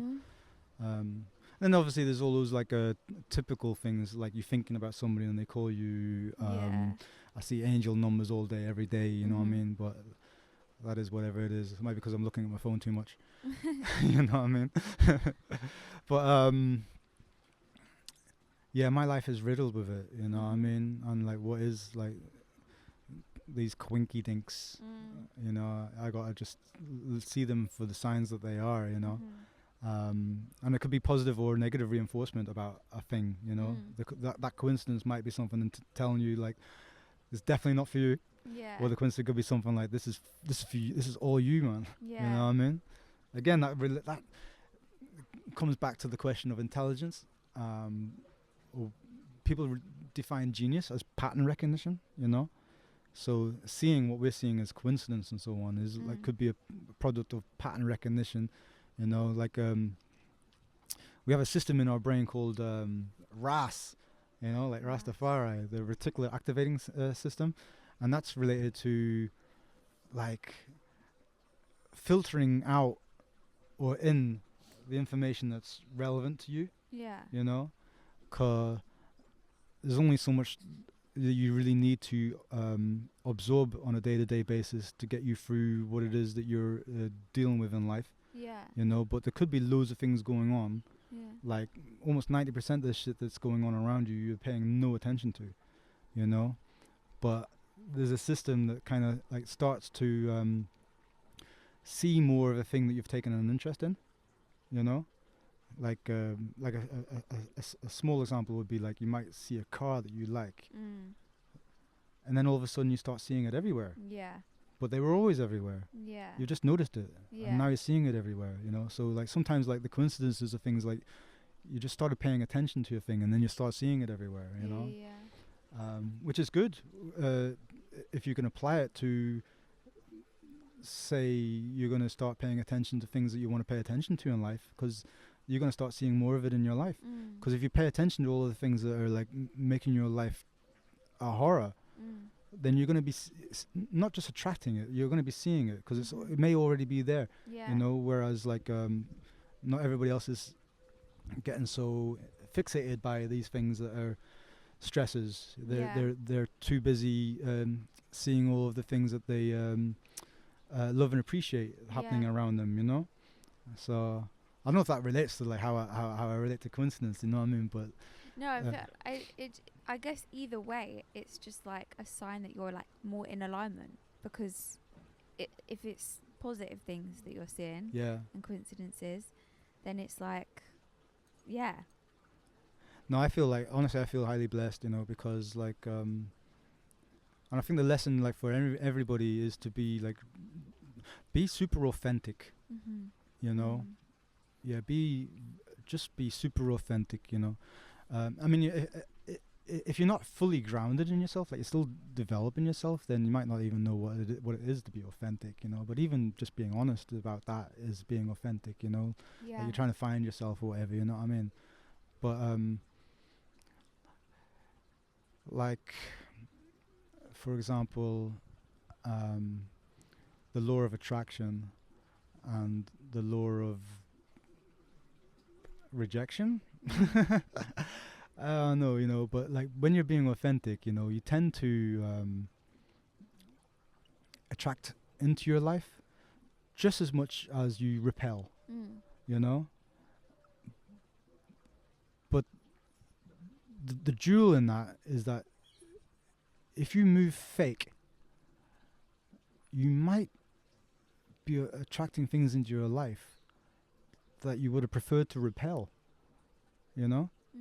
Whereas like if you're just being like super authentic, you can treat it like a blessing to repel what you repel, you know, the type of energies and things that you might not, you don't want to entertain it. You want to attract things that resonate with your authenticity, you know, and not everyone's going to vibe with that, you know, and you got to be okay with that, you know, because like you can't shove you down someone else's throat, like, you know, it's like, I don't know if that makes sense what I'm saying there. No, it does. Well, you have to be strong, you have to be authentic. I don't know, I've been learning a lot more about this recently, just kind of like trusting myself to be my authentic self, because I feel like you really can't help anybody else unless you are being your authentic self. Like, there's just some, you're right, that just the most powerful thing you can be is honest and is authentic. Even if you're struggling, even if you don't know the answers, even if you don't know why things are happening, just being open, being vulnerable, being authentic about it. Even being authentic about being vulnerable, like, you know, like if you're struggling to with something, it's good to be honest about that, because then you'll find yourself attracting people who want to help you out, like, because they see your heart and want to help you out, and then you're going to attract good-natured people into your life, you know, who want to actually help you out. That's beautiful. So that's what you mean more about like authenticity. When you're in that energy of authenticity, you are like a magnet to everything. You're like literally like drawing it you're a magnet to what resonates with your authenticity, you know. But a magnet attracts and repels. Remember, this is what I'm talking about, because we are magnetic beings, you know. Like you're like even when with the exercise and the prayer, it's all related to magnetism, you know. And with you attract and repel. But do you want to attract fake into your life? You know, I think that's the danger that I'm sort of like saying is there. Like if you're not authentic, you could find yourself in a life surrounded with people that isn't for you. Yeah. You know, whereas if you're just being super honest and authentic, you're going to attract into your life exactly what's for you, and repel what isn't. You know. Yeah. Which is a massive blessing. You know, really. Yeah. You know, because you don't want to be surrounded with things that don't resonate with you, and where you need to actually code switch your entire spirit to kind of fit in. Like you don't have to change nothing to fit in. What would you say? Because I feel like maybe people that aren't being authentic probably aren't aware that they're not being authentic. So how would you determine? I'd say if they're not aware that they're not being authentic, then they're probably not being authentic, because at least they're not being deceptive. You know what I mean? Because you have to be aware, some level of self-awareness to know that you're faking it. You know. True. But then I don't know. I feel like the times where I haven't always been like my authentic self was just because I was more in fear of like saying how I felt, or like showing up in the world, like. But maybe like I wasn't so conscious that I was doing that. I just was just more shy, or like I don't know, just caught up within thought or whatever it is. So then how do you think like how can you differentiate in them moments whether or not you're being authentic or you're not? I say, like, you know, in times of like uncertainty, or like the lack of confidence to like really show up and shine like fully, it could be a case that it's not the time and place. You know, maybe your intuition is being right, that you don't really need to be loud right now. You know, like you don't need to be like an antagonist or anything like that. You know, because like being authentic.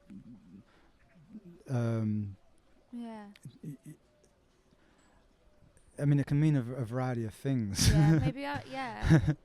You know, true. But like I was never not being authentic. Yeah, so I'm saying I don't think you're not being. I think it's more an issue about like confidence, and then that relates to like self-esteem. And then also it could be like you've kind of evaluated the situation where it's not worth the stress to, you know, put your neck on the line to challenge a particular argument or something that's happening in your presence. Maybe sometimes it is fine just to be quiet and listen and think things through, you know, because it might not be strictly authentic to just to jump in to an argument, because it's better to speak your mind when you're clear about what your mind is, you know. If you're having doubts about your own thoughts, maybe you need to spend some time and meditate with yourself, and you know, like, so that you really step into yourself to the point where you're not just gonna speak your mind no matter what, you know what I mean? Like, I mean, me, like, I'm wherever I am on the entire spectrum, which is like, I think the entire spectrum, depending on the time of the day, you know.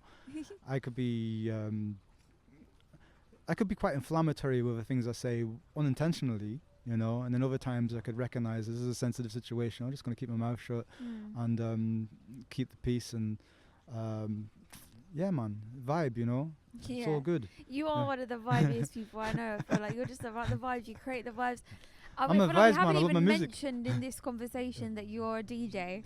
That you literally bring the vibes. I bring the vibes wherever you play. Or I love my music, man. Yeah. I'm all about music. Music is nutrition, you know, because like that's again like tapping into. I deal with like music, dance, and health are like my worlds. Yeah. You know, and I get, because of like my whatever label we have, for being fixated on learning certain things and that. I'm definitely quite esoteric with a lot of stuff, you know what I mean? But at the same time, you're not going to see me online doing those like sound, like here's the new herb for this.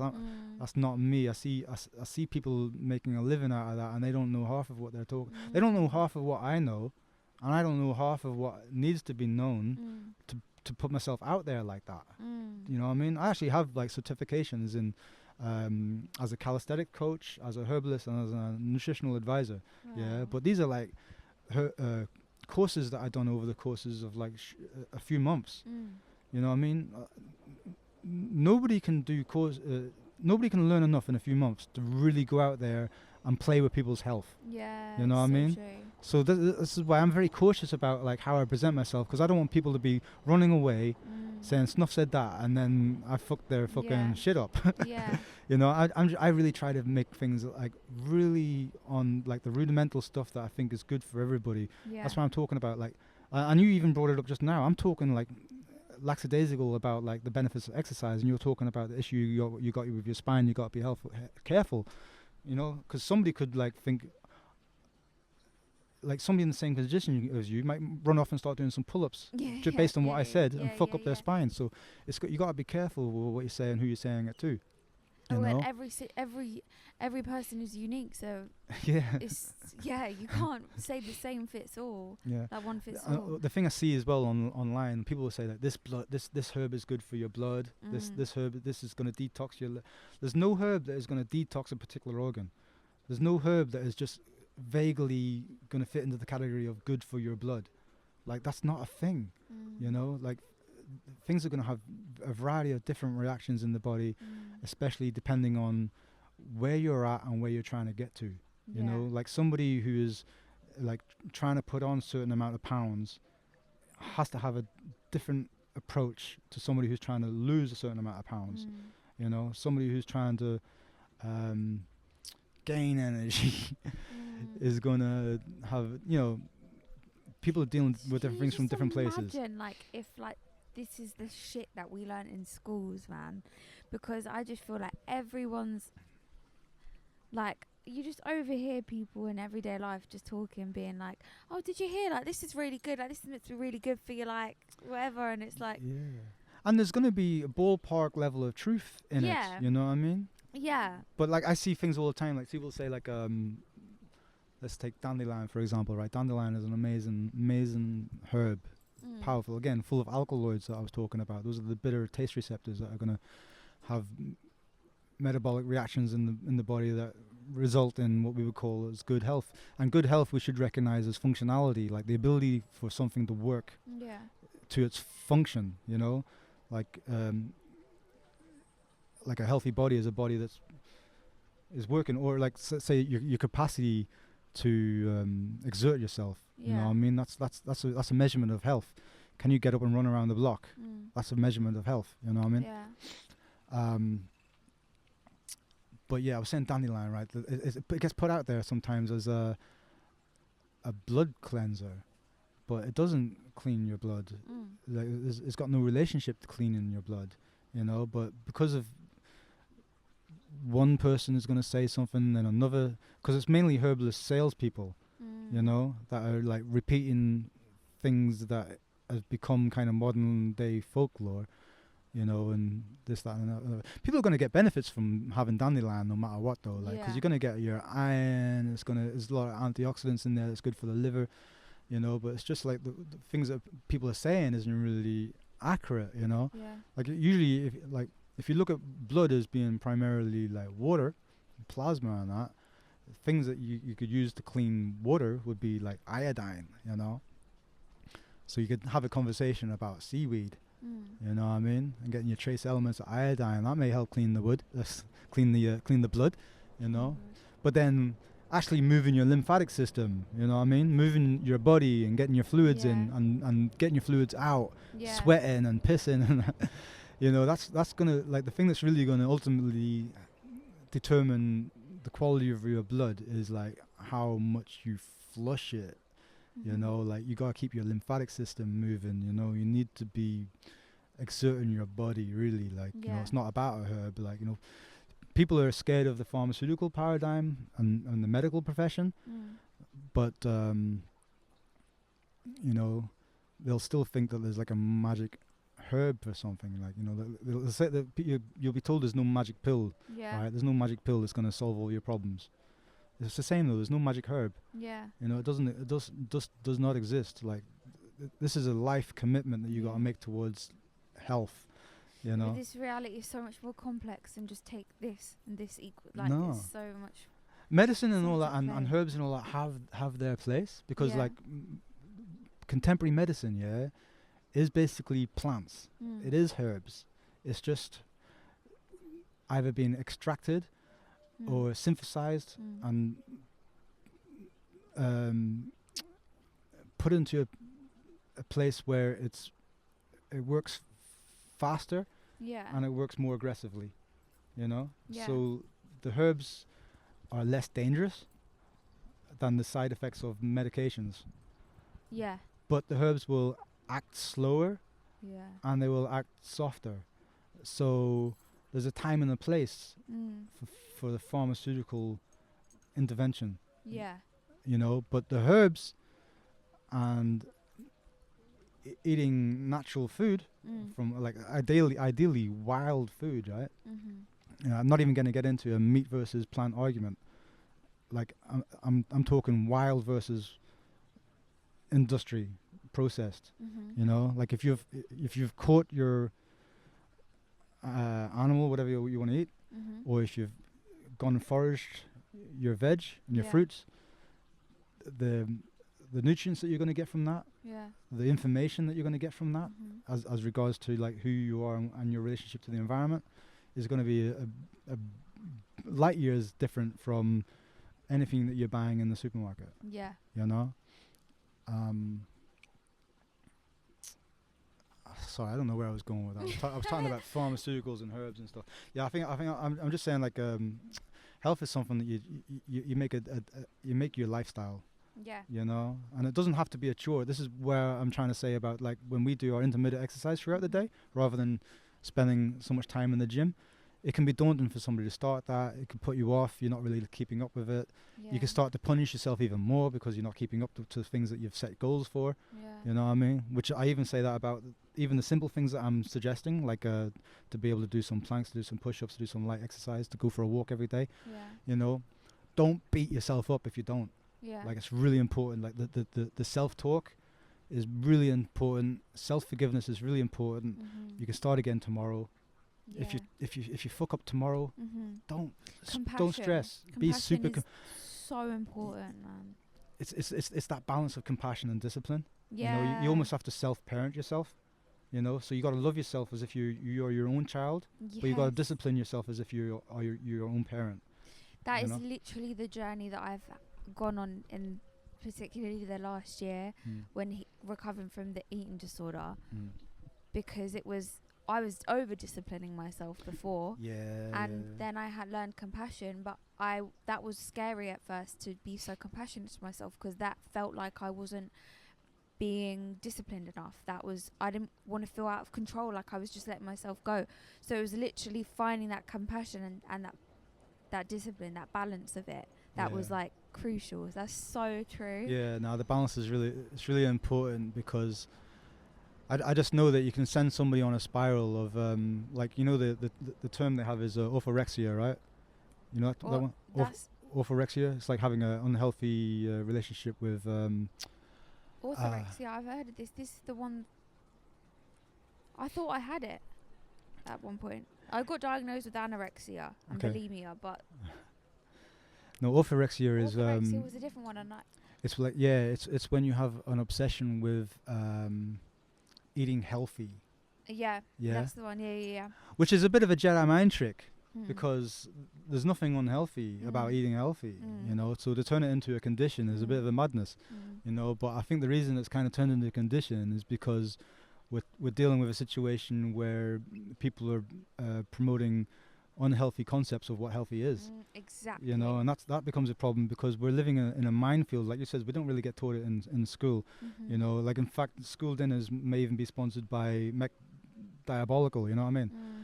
And that's a and big. anything done excessively and obsessively isn't healthy. So you can, in my opinion. No, I hear you. You know what I'm I trying hear to you. I say. hear you. I hear you. I hear you. Like- Yeah, it depends on your approach. Because I keep wanting to go back to that point about like if you want to break addiction, you have to start a new addiction, and you can make a healthy addiction, which Yeah, would be I'm saying but like in a balanced, healthy way. yeah. Because if it's to the like to the point where you have to be able to say like I could stop doing this and I'd be all right. Like it doesn't have a mental strain over me, like control over me. Like I don't know, like there were certain things I was doing and I didn't think I was addicted to them or obsessed by them. Okay. Yeah. But I had to, like within therapy, I had to be like challenge myself and be like, okay, well, if this isn't if this isn't distorted thought, then you should be able to not do it for a day and not be affected like emotionally and mentally and whatever. There were things that like I wasn't aware of that like I was doing that was part of like the rigidity that I was like that was kind of fueling the disorder.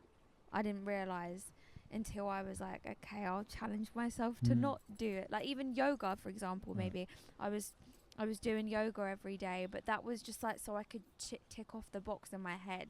Whereas now I'm doing it with intention. I'm doing it intuitively. Same with eating. Same with everything. I'm trying to have that, and that just comes with like awareness and discipline, of course, but like compassion.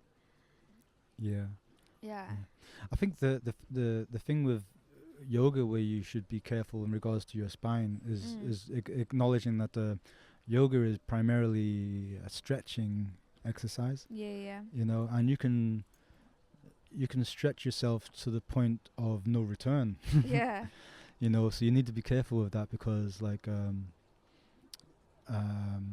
yeah, you want to strengthen the integrity of your connective tissues and your joints and so on. And a lot of that is going to do with like strength training rather than stretching. Yeah. Because like stretching is really good for mobility, but yeah, you can definitely go too far with it. I mean, if you're talking about There's fixating and obsessing over it, like I'm just like, this doesn't feel good for my body. Like, right, yeah. It's a balance of all. Like, I love exercise. I love it all. Like, just finding what works on my body. I think the more you can make something fun, the more you're going to include it in your life. You know what I mean? So I'm blessed that I enjoy dancing. Yeah. You know? And I never make no claim that I'm a good dancer, but I'm shameless on the dance floor. It's the best medicine. I'm free, like I'm free to throw myself around on the dance floor. I don't care, you know. And I love the way the music make me feel. Yeah. And that's why I love to share music, and I love to see people dance, you know. I even feel like I'm doing a bit of a service getting people dancing because I know that I'm trying to push the sugars out of them. You're you know, holding space for them to literally heal and like. Depends on the space. Space. I'm trying to create spaces that are much more essentially, and as a DJ, like that's kind of sick. Like in a mad way, you are like controlling the vibrations that are then you're holding that space that are causing people to.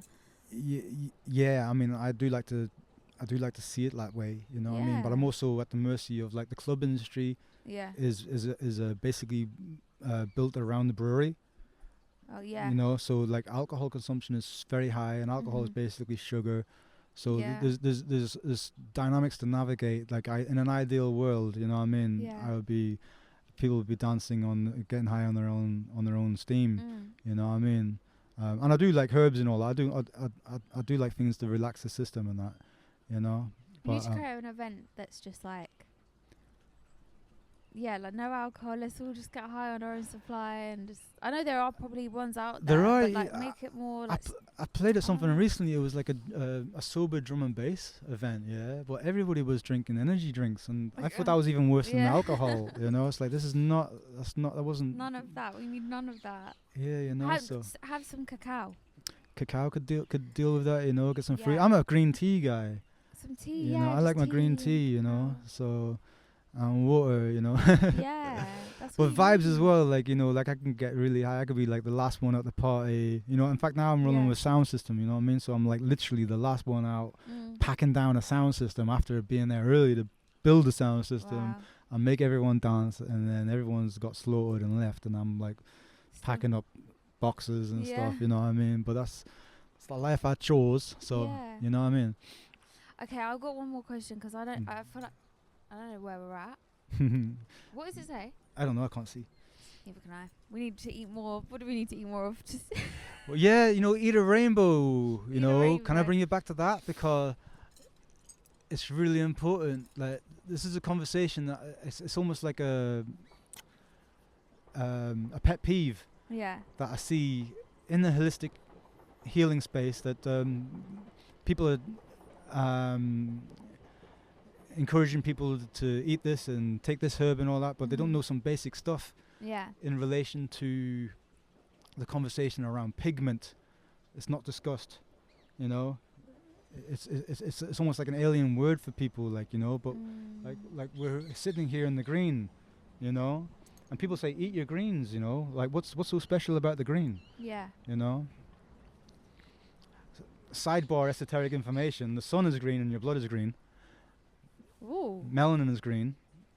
Oh my god, we're gonna need a whole other But episode. that's another conversation. Yeah. The green that we eat, though, you know, like, people are aware of something that is called chlorophyll. Yes. It's in popular culture. It's in the conversation. I take chlorella Chlorella is great. every day. Okay, that's good. Chlorella, you're gonna get your chlorophyll. You're gonna get your iron. Yeah. You're gonna get some iodine. You know, you're gonna get some vitamin A. Vitamin A, yeah. Like, they come up with these words like vitamin A, vitamin B, vitamin C, vitamin D, vitamin E, you know. But these are not like single things. These are like families of Yeah. compounds and molecules and so on, you know. In the vitamin A family, you have a variety of pigments, you know. It's like you got beta carotenoids and retinols and all these types of things, and you see that show up in the food as color, primarily within the spectrum of like yellow, orange, red, you know. Yeah. And these nutrients are very important to get into your body in relationship to tackling inflammation, building your respiratory proteins, your pigment systems, which are all the systems that build the structure and integrity of what translates light in your body. And anything that is involved with translating and converting light is involved with the exchange of information, you know. So again, you're talking about your own intelligence, but the intelligence of the universe, you know, which is another reason why, like, eating wild food of deeply rich pigments as well is going to be even more beneficial to you than having like a processed food from industrial agriculture or processed, because some food might be grown monocultured in a warehouse. It's not receiving any light really. Whereas you could be eating wild food, yeah, and because of the chlorophyll, the pigments and so on, is capturing light from the cosmos. That's all information about your environment, you know. So when you're eating the food, you're getting that information. Because, you know, people know about genes, you know. People will say something like, you know, that's hereditary, it's in your genetics, yeah. But your genes, your DNA, yeah, is known for producing proteins, but it's not known for having the information on where to put your toes or where to put your eyes or where to put your ears. Like, science isn't saying that DNA knows that, you know. So the question would be, where does that information come from?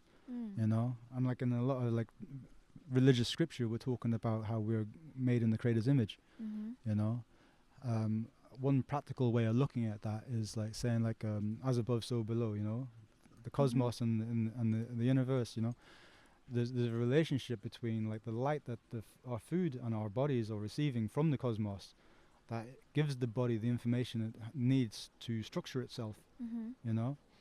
because that's actually taking place. That's actually a real thing. Yeah. You know, the chlorophyll, the shape of it is like the same shape as your pigments, your melanin, and so on. You know, and contrary to popular belief, like everybody is saturated in melanin. You know, like you got darker melanin, which is like the eumelanin, and you have the lighter melanin, like me, I got pheomelanin, you know, and then inside the central nervous system, your neurons, they're a mixture of both, and a kind of like a new sort of almost like extra sentient type of melanin. You know, and melanin is so responsible for so much in the body, from your heartbeat, your brain beat, communication, mitochondria energy production, information exchange. It kind of works almost like solar panels sometimes, in that well, not sometimes, it works like solar panels in the fact that it's photovoltaic. It can take various frequencies of light and turn it into voltage, you know, and those different types of voltage have different effects in the body, you know. So when we're looking at pigment and the different colors, we can look at that as different frequencies of light, which translate the different types of voltage, which translate the different types of chemical reactions within the body, you know, and different types of information exchange, you know. Like inside the chlorophyll, like compared to like a blood cell, you got the heme. Your blood cell is a heme group with iron in the middle. Chlorophyll is exactly the same structure. The only difference is it's got magnesium in the middle instead of iron. Right. You know, so you can look at green food. The idea of chlorophyll, again, which isn't just one thing; it's a family of things. You got chlorophylls. Yeah. Right.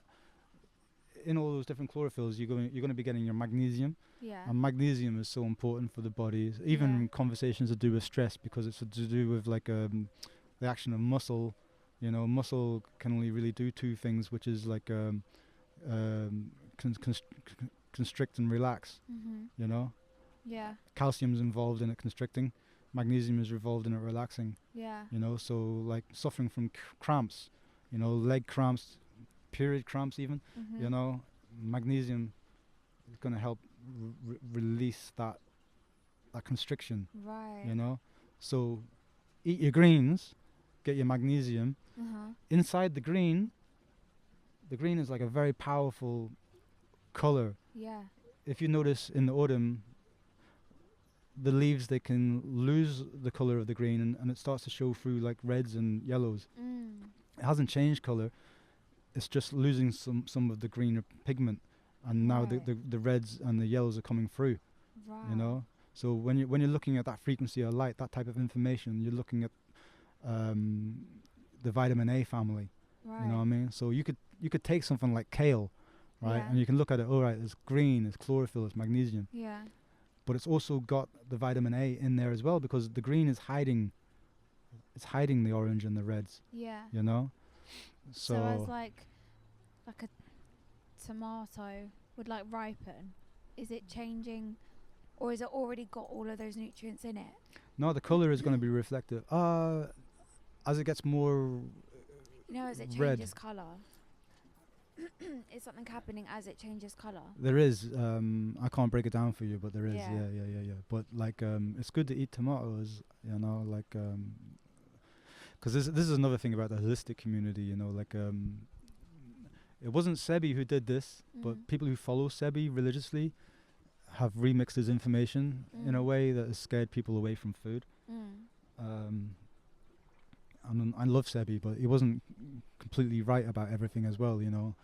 And he never really set out to say that he was either, because he had a research institute. He got the Ogun Research Institute, where they were doing continued study, you know what I mean? So that to take a food list from him in 1982 and say this is your diet is dangerous things to play around with, you know what I mean? Especially when the context is completely out of sync, because he made a food list for people that are dealing with what we were talking about earlier, like being in a very acidic state, and trying to balance their situation. And he was also inviting people to come and stay in places like Honduras, where it was beautiful air, beautiful nature, thermal springs, putting them on a fast, filling them with alkaloids, bitters, giving them herbs and soups and stuff, you know, even like enemas when they first arrive, you know, to sort out, to flush out some shit, you know. So people don't know a lot of stuff about Sebi. That fact he wasn't a vegan, you know, he enjoyed his fish, he ate snake, he smoked his ganja, he had his favorite cheese, you know. And really somebody like Sebi shouldn't really be fasting either, you know, even though like he fasts like a champion, you know, but guy doesn't have enough weight on him to fast, you know, like you shouldn't fasting is something that you should be doing when you have like muscle integrity or excess fat that you can afford to lose, you know. Really like even the both of us, like I'm in a position where I'm really trying to put on weight, I'm trying to build muscle mass, you know. So personally I'm going out of my way to make sure that I have a high protein diet, and I'm coupling that to my daily activity, which is like as a base level these 5 sets of exercises that I do, plus my daily walk, my occasional little skank out dance and all that, you know what I mean. And then I might throw in some other things, like I might go do some pull-ups, I might do some skipping, you know. But my go-to protein is generally pulses. I'm a big advocate for beans, you know, like and like I love chickpeas. Yeah, chickpeas, man. You know what I mean? And that's another thing that people say about Sebi. They say like he's a stay away from starch. Oh yeah. Chickpeas is pure starch. Yeah. You know, it's a resistant starch, but they're good for you, and you need that resistant starch because that resistant starch is going to be the number one food for the microbiome in your colon, right? And nothing else is really getting to that to the microbes down there, and they need to eat, they need to live, they need to do what they're doing, you know. So resistant starch is really important, like even from spuds and stuff, you know. I love it. I love chickpeas. But the conversation I was bringing up about why I get frustrated about the conversation or the lack of conversation about pigment is like again kind of like relating to Sebi-ites, proliferation of the sales in sea moss. You know, sea moss seaweeds are a powerhouse of nutrients. Like I really recommend people eat more and more seaweed. Yeah. You know, because it's more likely, even if it's being farmed, it's more wild than how we're farming the land plant, you know, with the pesticides and all that as well. Yeah.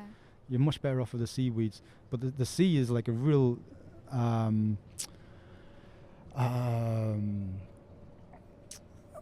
don't know what the word is, but it's the most nutrient dense source of anything. Like, you know, the sea is just powerful, you know. So yeah, I'm recommending eating your seaweeds, like the way that in the Asian cuisine they got so much seaweed, you know. Where do you get your seaweed from? I get mine from the coastal island, you know, because when you're saying seaweed, do you mean like no, not sea moss? It's not like the sea moss gel that everyone this is part of the conversation, like, because there's no such thing as sea moss. And really? Seaweed in of itself is a derogatory term as well, because it's like calling dandelions weeds when it's a herb, you know. So these are like herbs of the sea. The terminology is algae, right? Right. And in the algae kingdom, it's so diverse. Like, you know, it's as diverse as herbs and fruits and vegetables, right? Yeah.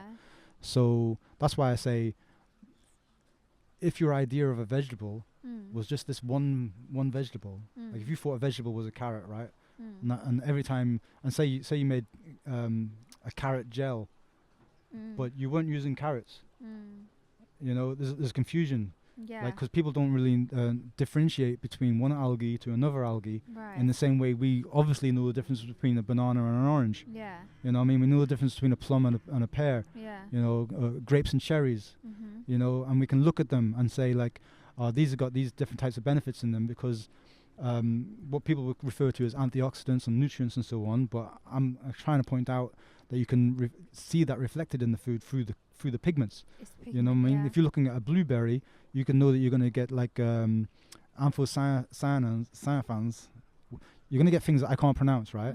That are good for your eyes and so on, good for communication, and that we're lacking in our diet. That you're going to get something in a blueberry that you won't get in a strawberry. Yeah. You know what I mean? Strawberries are also going to be good. Yeah. You know, But the thing about sea moss is that people are going around as if sea moss is a thing, as if it's like one thing, and it's not. I want to know, what algae are you using? Right. How have you made it into a gel? Right. And there's other things that you could ask, is like, where does it come from? Where was it in its life cycle? Yeah. You know, and my biggest burning question always is like, where's the color? Yeah. Because people are selling sea moss that looks like milk. And I'm thinking like, I've never seen a white algae. Yeah. So the question is like, how did the algae lose its color?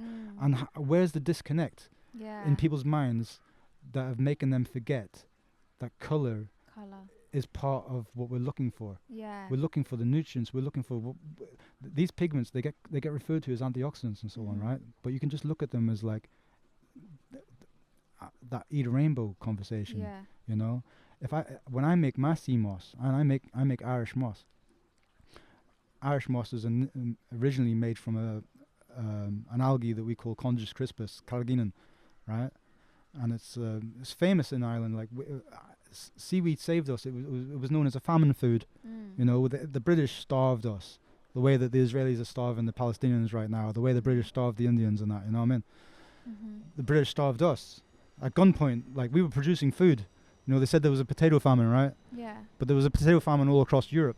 But because we were at the mercy of British landlords, they can come at gunpoint and take all of our food and leave us to starve. And the only thing that we could really live off was the algae, you know? Yeah. But that's a blessing in disguise, because the algae are such a powerful nutrient thing. It'll make us stronger even, you know? So, yeah, we discovered that, you know? I need to get onto some seaweed. Seaweed is the one, man. Can you let me know what one you get? Yeah, I can push you into the direction of a variety of ones, like, you know. But all of the contemporary, like, seaweeds that are used in a lot of Asian cuisine are all good. Yeah. You know, you talk about the kelp, the nori, the bladderwracks, the lava, the purple lava. And how do you have it? I have it in a variety of different ways. Like, one, I actually do make an Irish moss, a sea moss, yeah. Yeah. I make one with Conjus crispus, but Conjus crispus is like a almost like a digitalis style leafy herb, you know. Yeah.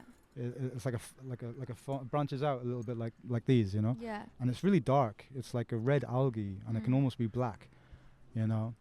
And the darker the better, because that means more pigment, so it means more nutrients, right? I would wash that up. I would chop that up. I would boil it down into a gel, lightly simmer it down into a gel, and even while I'm making into a gel that way, I would also infuse herbs that I want to infuse. Yeah. Excuse me. I would use herbs like lemon balm and so on, because there's like certain alkaloids again in the lemon balm. There's an alkaloid called harmine that is good at helping to proliferate the beta cells in the pancreas. So again, that's a big anti-diabetic situation. You know what I mean? Because like diabetes 1 is kind of like the pancreas being destroyed and its inability to produce insulin. You know, and they say that there's no cure for that, but they're not having the conversation about how you can actually proliferate. You can grow your pancreas, you know, make a functioning pancreas through diet and lifestyle, you know. But I'll go on a rant there, because like so many people in the holistic community are making a profit out of sea moss, but what they're actually selling is something that's been it's a byproduct of the industrial bulking agent industry, you know, because we use the starch in the seaweeds as bulking agents in everything from toothpaste to mayonnaise to nut milks and stuff, right? And it's used quite a lot in pharmaceutical practice as well, in different cultured type dishes and that. Yeah. You know, so like there's a massive demand for like algae, in particular these bulking agents, these polysaccharides like agar and carrageenan. They get used a great deal, you know, and they actually have medicinal benefits on their own. You know, like the carrageenan is a big antiviral, you know, like that's why like sea moss was being promoted so much during the pandemic and that, you know, and it is good, you know. Yeah. But you're missing out on so much more of the benefits of the algae when you're getting the stuff that has all of its color taken out of it. Yeah. And the reason you're getting that stuff in the first place is because there is this enormous industry that exists. and so they put those algae through a drying process where the sun is basically bleaching out the color, and then that can be cultivated into something that is used in this massive industry. So the stuff that we're being sold as CMOS is kind of like a byproduct or a waste product of that industrial bulking industry. So yeah, anyway, sorry, long-winded, but I'm just saying, if you're going to eat your algae, recognize the value and importance of the pigment in the algae, because the green, again, is your chlorophylls, your magnesiums, you know, the oranges and the reds and so on. That's your vitamin A's, you know. Even like the iodine and that is going to be more purple direction. Like iron is going to be more red, you know. Well, yeah, because that thing you got in your kitchen, and it's like all the colours and all the vitamins and all the fruit and veg and everything. It's just getting aware of that a bit more, I think. Yeah. That knowledge. Yeah, because I think once you understand some basic stuff like that, because like it could be generations of studying science to come out and say something like "eat a rainbow." Yeah. You know. Eat a rainbow. That's move the your fucking body. name of this podcast. Move your body. Literally. Yeah, because it's light, isn't it? It's essentially, you're trying to get the light into the body. You know? I love that. You can live off the light alone, but you know, they have this thing that they call breatharians, right? Oh yeah. Yeah, I don't recommend that. Because we need to eat to replenish our structure. Yeah. You know. Yeah. Which is why I'm saying I'm eating a lot of protein, because I'm actually trying to build my physique, and I'm exercising, and I know that I could go high speed and build muscle, but it'll be empty muscle. I'm not trying to do like bodybuilder shit. You know, I'm trying to go for longevity. You know what I mean? Exactly. It's like very slow burn gains. You know, because if where I'm at today is an improvement on yesterday, then I'm looking good for 70. I'm looking good for 80. I'm looking good for 90. You know, that's my aim in life. Exactly. You know, I want to be able to be out there rocking. We don't want to burn ourselves out, as everyone's doing it because they're more focused on the material anyway. It's all for this like instant gratification and that, you know what I mean, and just like kind of looking good. But you know, bodybuilders die young. You know, they're not gonna live very long. No, because when you do so much heavy weight exercise like that, you're not really. Remember I was saying about how when you're doing push-ups and stuff, you're building your mitochondria integrity. You're growing that population. You don't really get it as much when you're like, say you're doing steroids and doing heavy weight exercise. You're just building a lot of empty muscle cells that don't really function in the way that your body needs it to function. You know, I always sometimes say it like it's like having enormous speakers with a tiny amp. You know, I'm trying to build my amp before get bigger speakers. Exactly. You know what I mean? So there's that. Definitely. Okay, my last question then. I don't even know if I answered your last one. Oh, I felt but literally I've got so many things to ask you, so we're actually going to have to do another episode because I really want to actually ask more about the pigment and everything. Okay. But I feel like my last question is like, seeing as you have so much information, like you, and like so much of what we've said today, we keep repeating the fact that like these things aren't known. Like these, you know, in the West, we don't know these things. We aren't living with this knowledge. Like how do you go about your day without getting affected by the nonsense that is everywhere? Like, how do you not let that affect you? Well, I have a I don't know if I told you about this, but I have a daily prayer practice. Okay. Yo, it's real talk though, you know what I mean? Like it's been a game changer for me. I'm not getting baited out into stuff. I'm trying to be more empathetic and compassionate with people, and I'm really genuinely trying to show up and be of service to help people and give practical advice and not overextend the advice into areas where I'm shaky on the information. You know what I mean? Like I'm not gonna tell you how to fix your spine, like, you know. I know some things about how the spine functions, and I know that a chiropractor may not have the same information as a neurologist, and the spine is it's a neurological system, like, you know, so you need to understand the neurology side of it, you know. But Yeah, I mean, I navigate life easy because I'm just trying to show up for myself, really. I'm trying to get into a bit of self-improvement. I'm just trying to study and learn stuff. And I get really excited learning the stuff that I learn. And as well, like, that conversation about being authentic and showing up, you like attract like, you know what I mean? So I'm surrounded with quite a lot of people who actually do know a little bit about this, that, and the next, you know what I mean? And it's useful for us to be able to kind of like study together and share information and learn, and because we've learned enough to apply things to our lives that I know is disease prevention. It's like a prophylactic lifestyle. And it's warning off dementia, like I was saying, because we're studying and so on. So it's about being on the right path. So that's just the enjoyment of digging further and further deeper into this esoteric knowledge, and essentially what that relates to is building an even stronger relationship with our Creator. Because the passion for knowledge itself is to study the creation in order to know the Creator. Because I know that our Creator wants to have a good relationship with us, and to know our Creator, there's no better way than to look at the design and understand how the design works, and see that reflected in the Creator's will.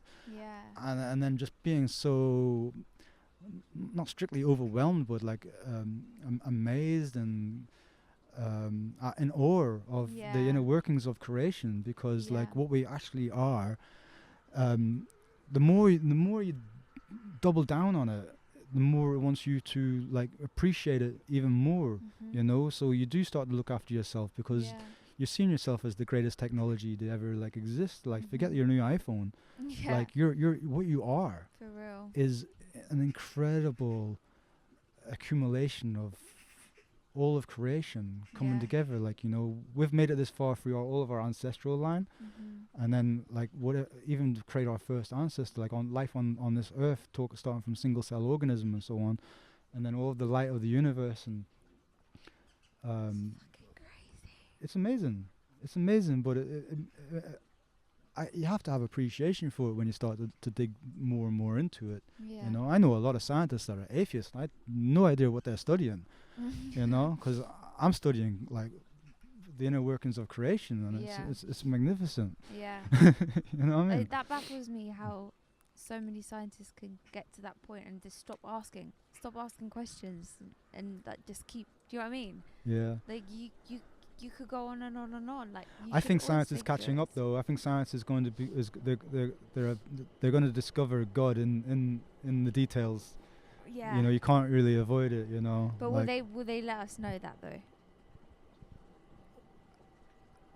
I don't know. The ones that are looking, but then the other scientists, or the other people in power won't want us to know that. Mate, this is a whole other podcast. But there's definitely people that are withholding information from us on purpose, in order to control and program us. So it's like trying to break out the algorithm in order to program yourself is a massive task in life. Because well, that's what it's about. It's just about asking them questions, going on your own journey, figuring this shit out for yourself, staying curious, being authentic. Like all of that shit. Then you're gonna find that right information. You're gonna come to that. I think for people like us, that's what we're gonna attract. But I think if you're genuinely really interested, it's worth like tapping into study, because like you mentioned your guy, what's his name, Joe Dispenza. Like somebody like him, there's a billion people like that online, and you could just listen to someone like him, or even me if I was inclined to be online chatting all this stuff all the time. You could make somebody like that as your source, but I would recommend not. I would recommend learning anatomy, like learning chemistry, learning biology, learning physics, learning physiology. Just trying to get some good oversights and overviews of how it works. Because it will empower you much more. It'll strengthen your bullshit radar. Because there's a lot of just people that are sales driven, so they're going to tell you all the benefits of this herb and this, that, and the next. But when you know some basic stuff, you can just apply it to your life, to where you realize you don't need the the magic mystery herb from the unreachable mountain. Yeah. You know, you can use rosemary.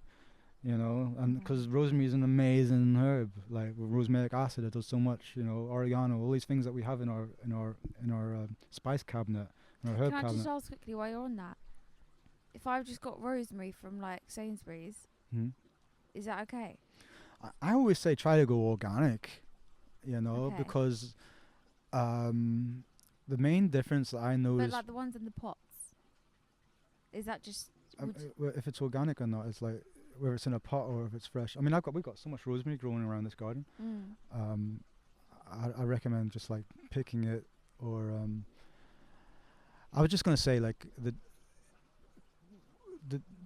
main difference I see between non-organic and organic is that the pesticides alone, they're poisonous to the body the same way that they're poisonous to the microbes of the body the same way they're poisonous to germs and insects and so on, you know, because we are a whole collective effort of we're a very active universe, the human body, you know what I mean. But specifically when they do the GMO stuff, they kind of like disable a pathway in the herbs called the shikimate pathway, and the shikimate pathway is responsible for producing aromatic amino acids, like a lot of these essential amino acids that we need to get into our diet. And I say aromatics, you know, so sometimes it's related to aroma. Yeah. You know, and you may notice that a lot of the fruits that are on the high street in front of the stores, they're not attracting the bugs, you know. Whereas, like, we have a cherry tree in our garden here, like, shortly after fruitation, it's going to be riddled with like little maggot type things, you know. I mean, you gotta get in there quick. Yeah. You know, because like the life knows about life. Life recognizes life. You know what I mean? I was literally. This is sorry, but that's just such a synchronicity you said that, because literally yesterday I walked past a market and I did think like, why are there no bugs there? Yeah. So it's nice you said that.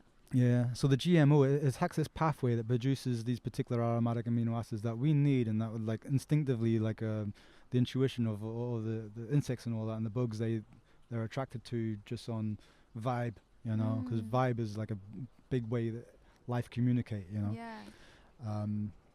Same way that you communicate through your telephone, you know what I mean? That's vibration, you know what I mean? We're working on vibes for real, you know. Like we are telekinetic by nature, you know. But that pathway being attacked and those aromatic essential amino acids not being produced means that we're not getting what we need to be getting from those herbs, you know. But whereas because they attack that pathway because again, as you notice, it stops the bugs from being interested. You know what I mean? So it's profit driven. Yeah. They're growing something that they can sell, mass produce it, but does it have what we need?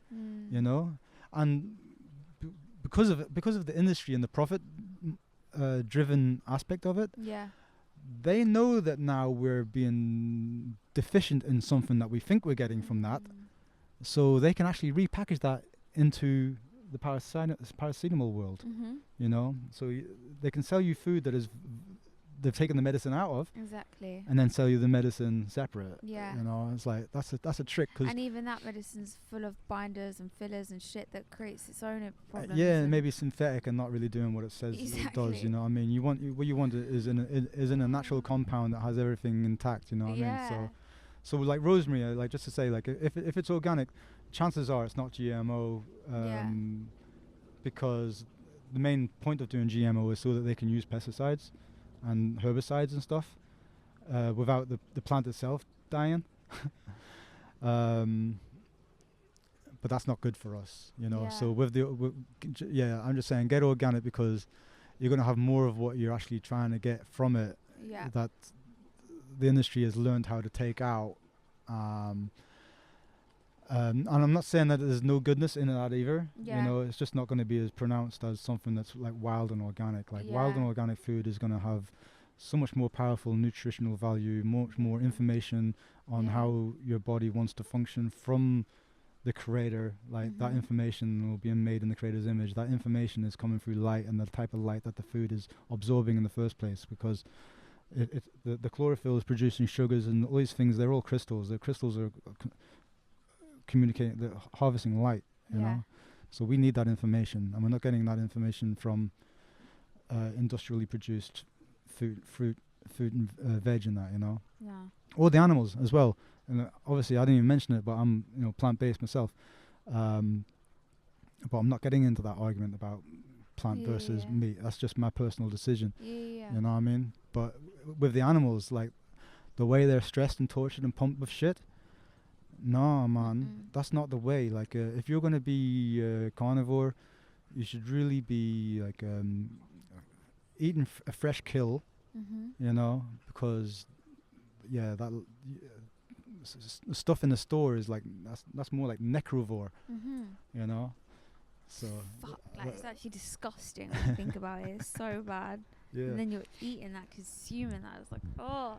I know, but then the mental jump you got to make is to recognize that the vegetables are like not much better. Really? Yeah, man. Like the way that they've been produced and the longevity that they have in the stores, like it's not normal.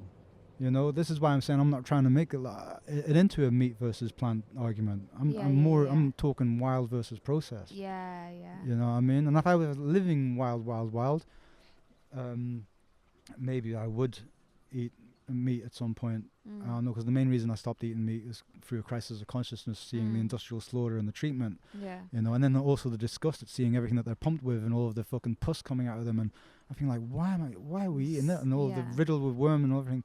I'm like, you know, I fancy my chances better with the plants. You know, and it took me a while to actually figure out how to eat properly, because I came from like a microwave dinner type of perspective into this fake vegan meat place, and now I'm into like I don't eat no vegan food, you know what I mean? I don't eat no processed fake meat shit. I eat when I'm looking for protein, I'm looking for my pulses, my beans,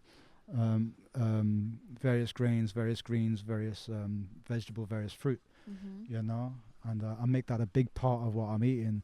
And even with the vitamin A that I was talking about, like, you know, base level conversation about recognizing the importance of color, but vitamin A in your food. So I have quite a lot of like sweet potato, pumpkin, fruits like mango and apricot and so on, you know what I mean? Like even eating carrots against Sebi's recommendation, you know, because I'm wanting to get that.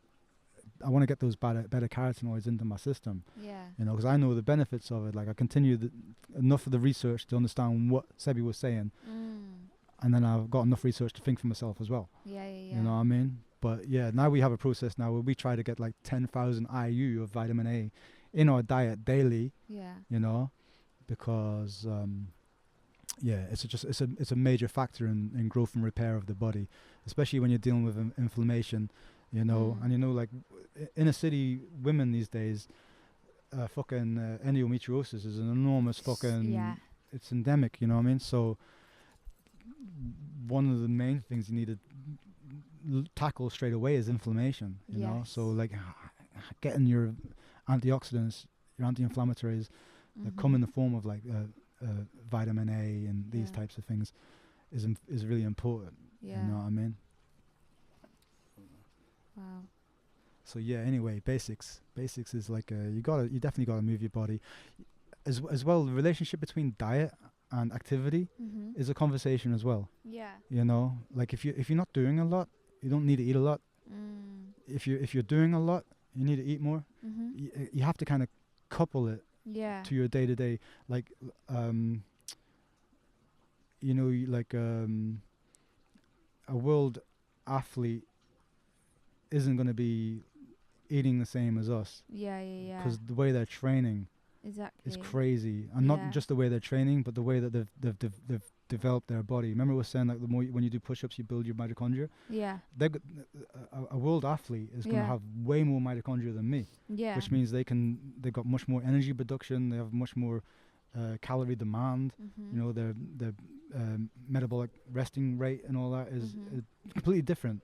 You know what I mean? So that's why no one can come online and say, I've got the diet for this, I've got the diet for that. Yeah. You know, like everything needs to be personalized to you for the condition you're in and the goals that you're trying to reach. Exactly. You know, and that has to be weighed up on a one by one basis. You know. Well, I feel like you provided a lot of like I've learned a hell of a lot. I appreciate it. I feel like I've been waffling for ages and not really getting like proper gems across. I want to listen to this back so much as well because I'm like this is gold. This is beautiful knowledge and wisdom, and like this stuff needs to be spoken about. I really want to relate it back to like all of the basic stuff though. You know, it's like daily exercise, having like a nutrient-rich diet, which is varied in sources of protein and pigment and fiber. You know, so like eat a rainbow, get your fiber, resistant starch, stay well hydrated. You know, drink clean water.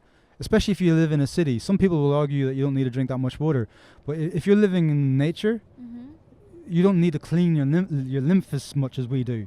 You know, imagine your lymph is like the Thames River. The Thames River is stinking. Yeah. You know, that's what's running through us. So it's important for us to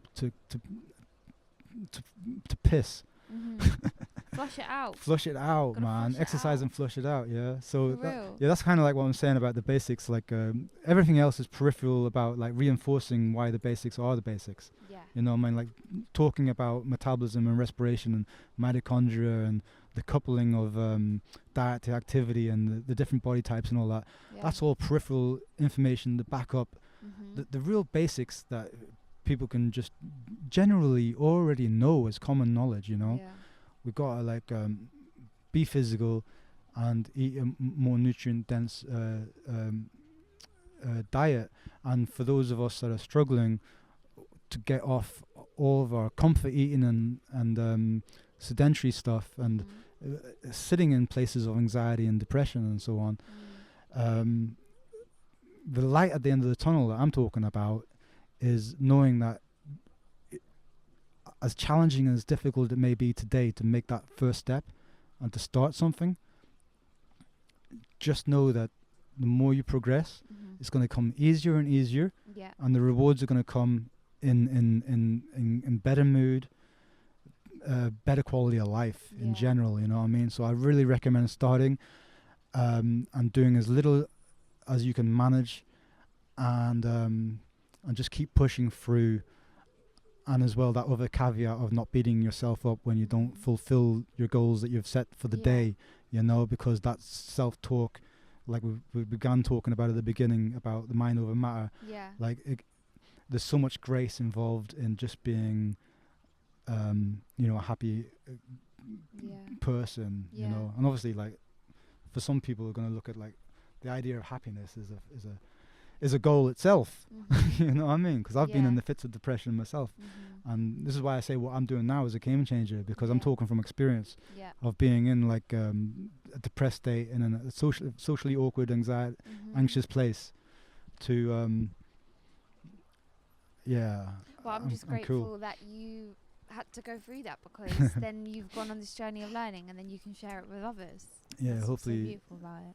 Yeah, hopefully, and I'll continue to try and make space where people can come and like even with the music, you know, I really want to try and cultivate more healthier business models for what we do as artists. You know, because that's why I've got my sound system now, and I'm working with people who make healthier food and juices and teas, and do more events that are based around that type of stuff, you know.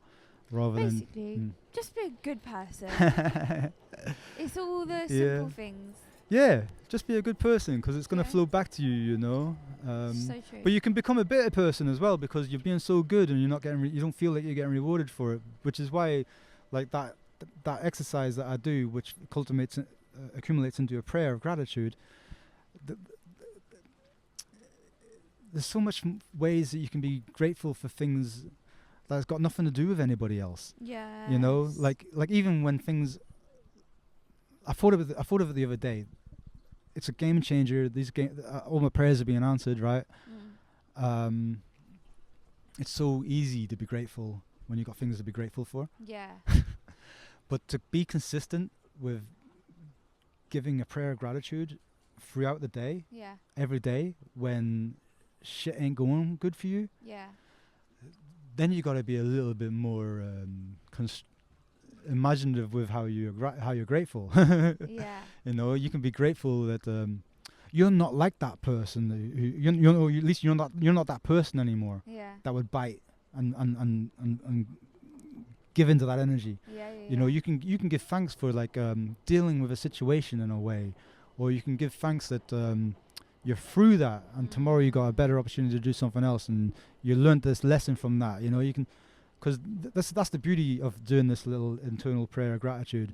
It makes you realign your perspective on things that could send you into a spiral of depression. You know, or rage and anger. Like you think like, you know what, it's not worth my health. I'm gonna move on. Charge it to the game. You know what I'm saying?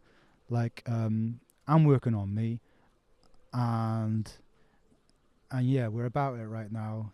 You know, so yeah, there's that. Good vibes. Okay then, well, to finish it, I don't know if you want to, but do you want to do a little prayer? Oh wow. Do you feel comfortable and just? Yeah. What you mean? You want us to exercise as well? Maybe not the exercise. That's part of it. No, I want to do the exercise, but I'm also like not ready to do star jumps and press ups right now. Yeah. No worries. I'm gonna do it when I get home then. Yeah. Okay. Maybe just a little prayer. I do want people to take that away as a concept, to do the toe raises and the heel raises. You know, because like I know I've got friends that are not they're not physically in a condition to do any type of real exercise. But you find like doing heel raises is something that most people can manage.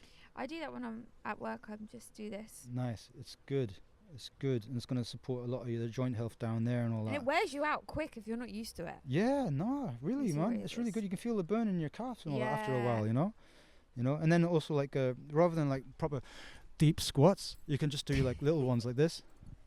You know what I mean? Like my mum had like issues around inflamed knees and that, you know. So just it's going to support knee health just to do like little things like this, you know, just mobility, you know. But anyway, I'm just saying that there's lighter ways of doing the exercises, even with the push-ups. Depending on your starting point, you know, you could be doing like push-ups like where you're on your knees, you know, and just doing them from your knees. Even that might be too much for some people, where you could actually start doing what you might call a push away from the wall. You know, so it's just leaning into the wall, pushing back. There's always a way of. There's always going to be a point of entry for starting, you know. But that's what I'm saying. You just got to start, because like the opposite of starting is basically like just giving up and saying and clocking out. But it's stuck. You're better off starting, because it'll be sooner than you think when you're going to start to recognize the improvements, not just in your physical health, but in your mental health, and your sense of self. You know. And the prayer. A little bit. Just a little tiny one. Okay. Just to close it off. You know? Yeah. Well. Again, like I say, we go through kind of like an anatomical type of thanks to begin with, and then at the end I always give a caveat of like just to be grateful for things that are happening in the current time. You know?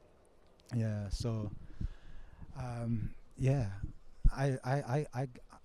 give thanks to the most holy one of creation, you know, for the divine spark of life that sent my cells into perpetual motion. I give thanks for the magnetism of the most holy that propels and attracts my ferry boats of light through my 60,000 miles of vessels and caves every 60 seconds. I give thanks for my spine, providing me with a steady fleet of ferry boats to dock in my vineyards. I give thanks for my fine olfactory system, ripening my grapes of light. I give thanks for my breath and for the light in my breath. I give thanks for the safe passage of that light through the 12 gates of my heart and the 60,000 miles of caves and cavities every 60 seconds throughout my river of life. I give thanks for my tree of life. I give thanks for my respiration system, my lymphatic system, my skeletal system. I give thanks that this orchestra that I am is singing in such beautiful harmony, you know. I give thanks for this, the integrity of my body. I give thanks for the vision, so that I can see the glory of I creation. I give thanks for the inner vision so that I can know the glory of I creation. I give thanks that my ferry boats, my blood cells, have not been covered in sugar or glycated or turned to stone or lost their magnetism. I give thanks that my river banks have not been calcified nor turned to stone and remain full of magnetism and charge. I give thanks that my amygdala, my almonds, have not turned bitter nor caused harm to my heart to turn my heart to stone. I give thanks that my heart stays full of magnetism and charge and vibration. I give thanks for the love in my heart. I give thanks for the kindness in my heart.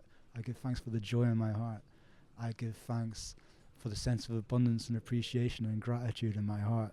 I give thanks for the calm temperament in my heart. I give thanks for the abundance of health and wealth that continues to flow into my life and flourish and overflow into this world. I give thanks for the joy that flourishes in my life and overflows into this world. I give thanks that I am able to attract and receive and give so much joy and love and kindness to those I encounter in my life. I give thanks that those who are suffering in this world shall suffer no more and know only kindness, love, joy, peace, patience, happiness, resilience, appreciation, and an abundance of health and wealth. I give thanks that those who cause suffering in this world shall know the suffering that they cause and cause no more suffering, and instead seek redemption and salvation, mercy and forgiveness, and behave in a way that is fitting of empathy and compassion, and vibrate on the frequency of kindness and love, as is I Creator's will for all of I creation to do unto others as we wished unto us. I give thanks for all of my angels in heaven, for the continued guidance and protection and strength and companionship and love and jokes when I am alone that crack me up. I give thanks for the humor of the Creator, you know. I give thanks for the guidance and protection and strength of all of my ancestors that are guiding lights in heaven, above and within. And I ask for mercy for all of my misdoings and bad habits, you know. And beyond that, you know, I give thanks for today. I give thanks for the sunny day. I give thanks for my friend Shar coming to interview me today to share and hold space for me to miranda and waffle. And you know, I hope I give thanks again, Ashley, that it will be well received, and those who may or may not ridicule will still find the jewels and the gems, you know, because yeah, I'm gonna say in the name of the electricity, in the name of the magnetism, and in the name of the light, amen. Ashe. Hare Krishna. Yeah, I fucking love that. That was like the ultimate prayer. That was beautiful. Thank you so much, man. Yeah. Thank so you. The prayer is actually very much along those lines. I kind of like freestyle and remix it every time, you know, because obviously there's so much to give thanks for, you know, like this things I went through last night, this morning, I can give gratitude for, and you notice as well, I'm giving thanks for things all the time, you know. That's what I say. It's like gratitude, and you're also like projecting it through your heart, you know, because you're quantumly entangled with the Creator through your heart, you know. So the prayer is directed through the heart and into the heart and out into the world, you know. But yeah, you give thanks for things that you want to attract in your life. You give thanks for things as if they're already yours, you know. Yeah. So, 'cause that's part of the self-talk. Yeah. And because we do this intermittently throughout the day, it's like self-programming, you know. Yes. So it's not just a one-off self-talk. It's reaffirmation throughout the day. And you know, I've been doing this shit like for nearly a year now, you know. So my inner talk is already just calmer. Yeah. You know. I'm not trying to like calm myself down. Like there was times when I had like some guided meditation thing that I would go and listen to when I was getting really stressed out and anxious. I had to go run away to my room and be like, deep space, picture paradise. I'm like, yeah, beautiful, you know what I mean? But now, like, yeah, much more calm with everything. Yeah. And as well, like I said, I could do a prayer like that, and I'd be like saying, I give thanks for the opportunities in life and everything that flows into my life. And then the phone might ring or an opportunity come, and I'm like, that's the coincidence that you're talking about. Is it a coincidence, or is it like divine intervention, you know? So it is what it is, you know?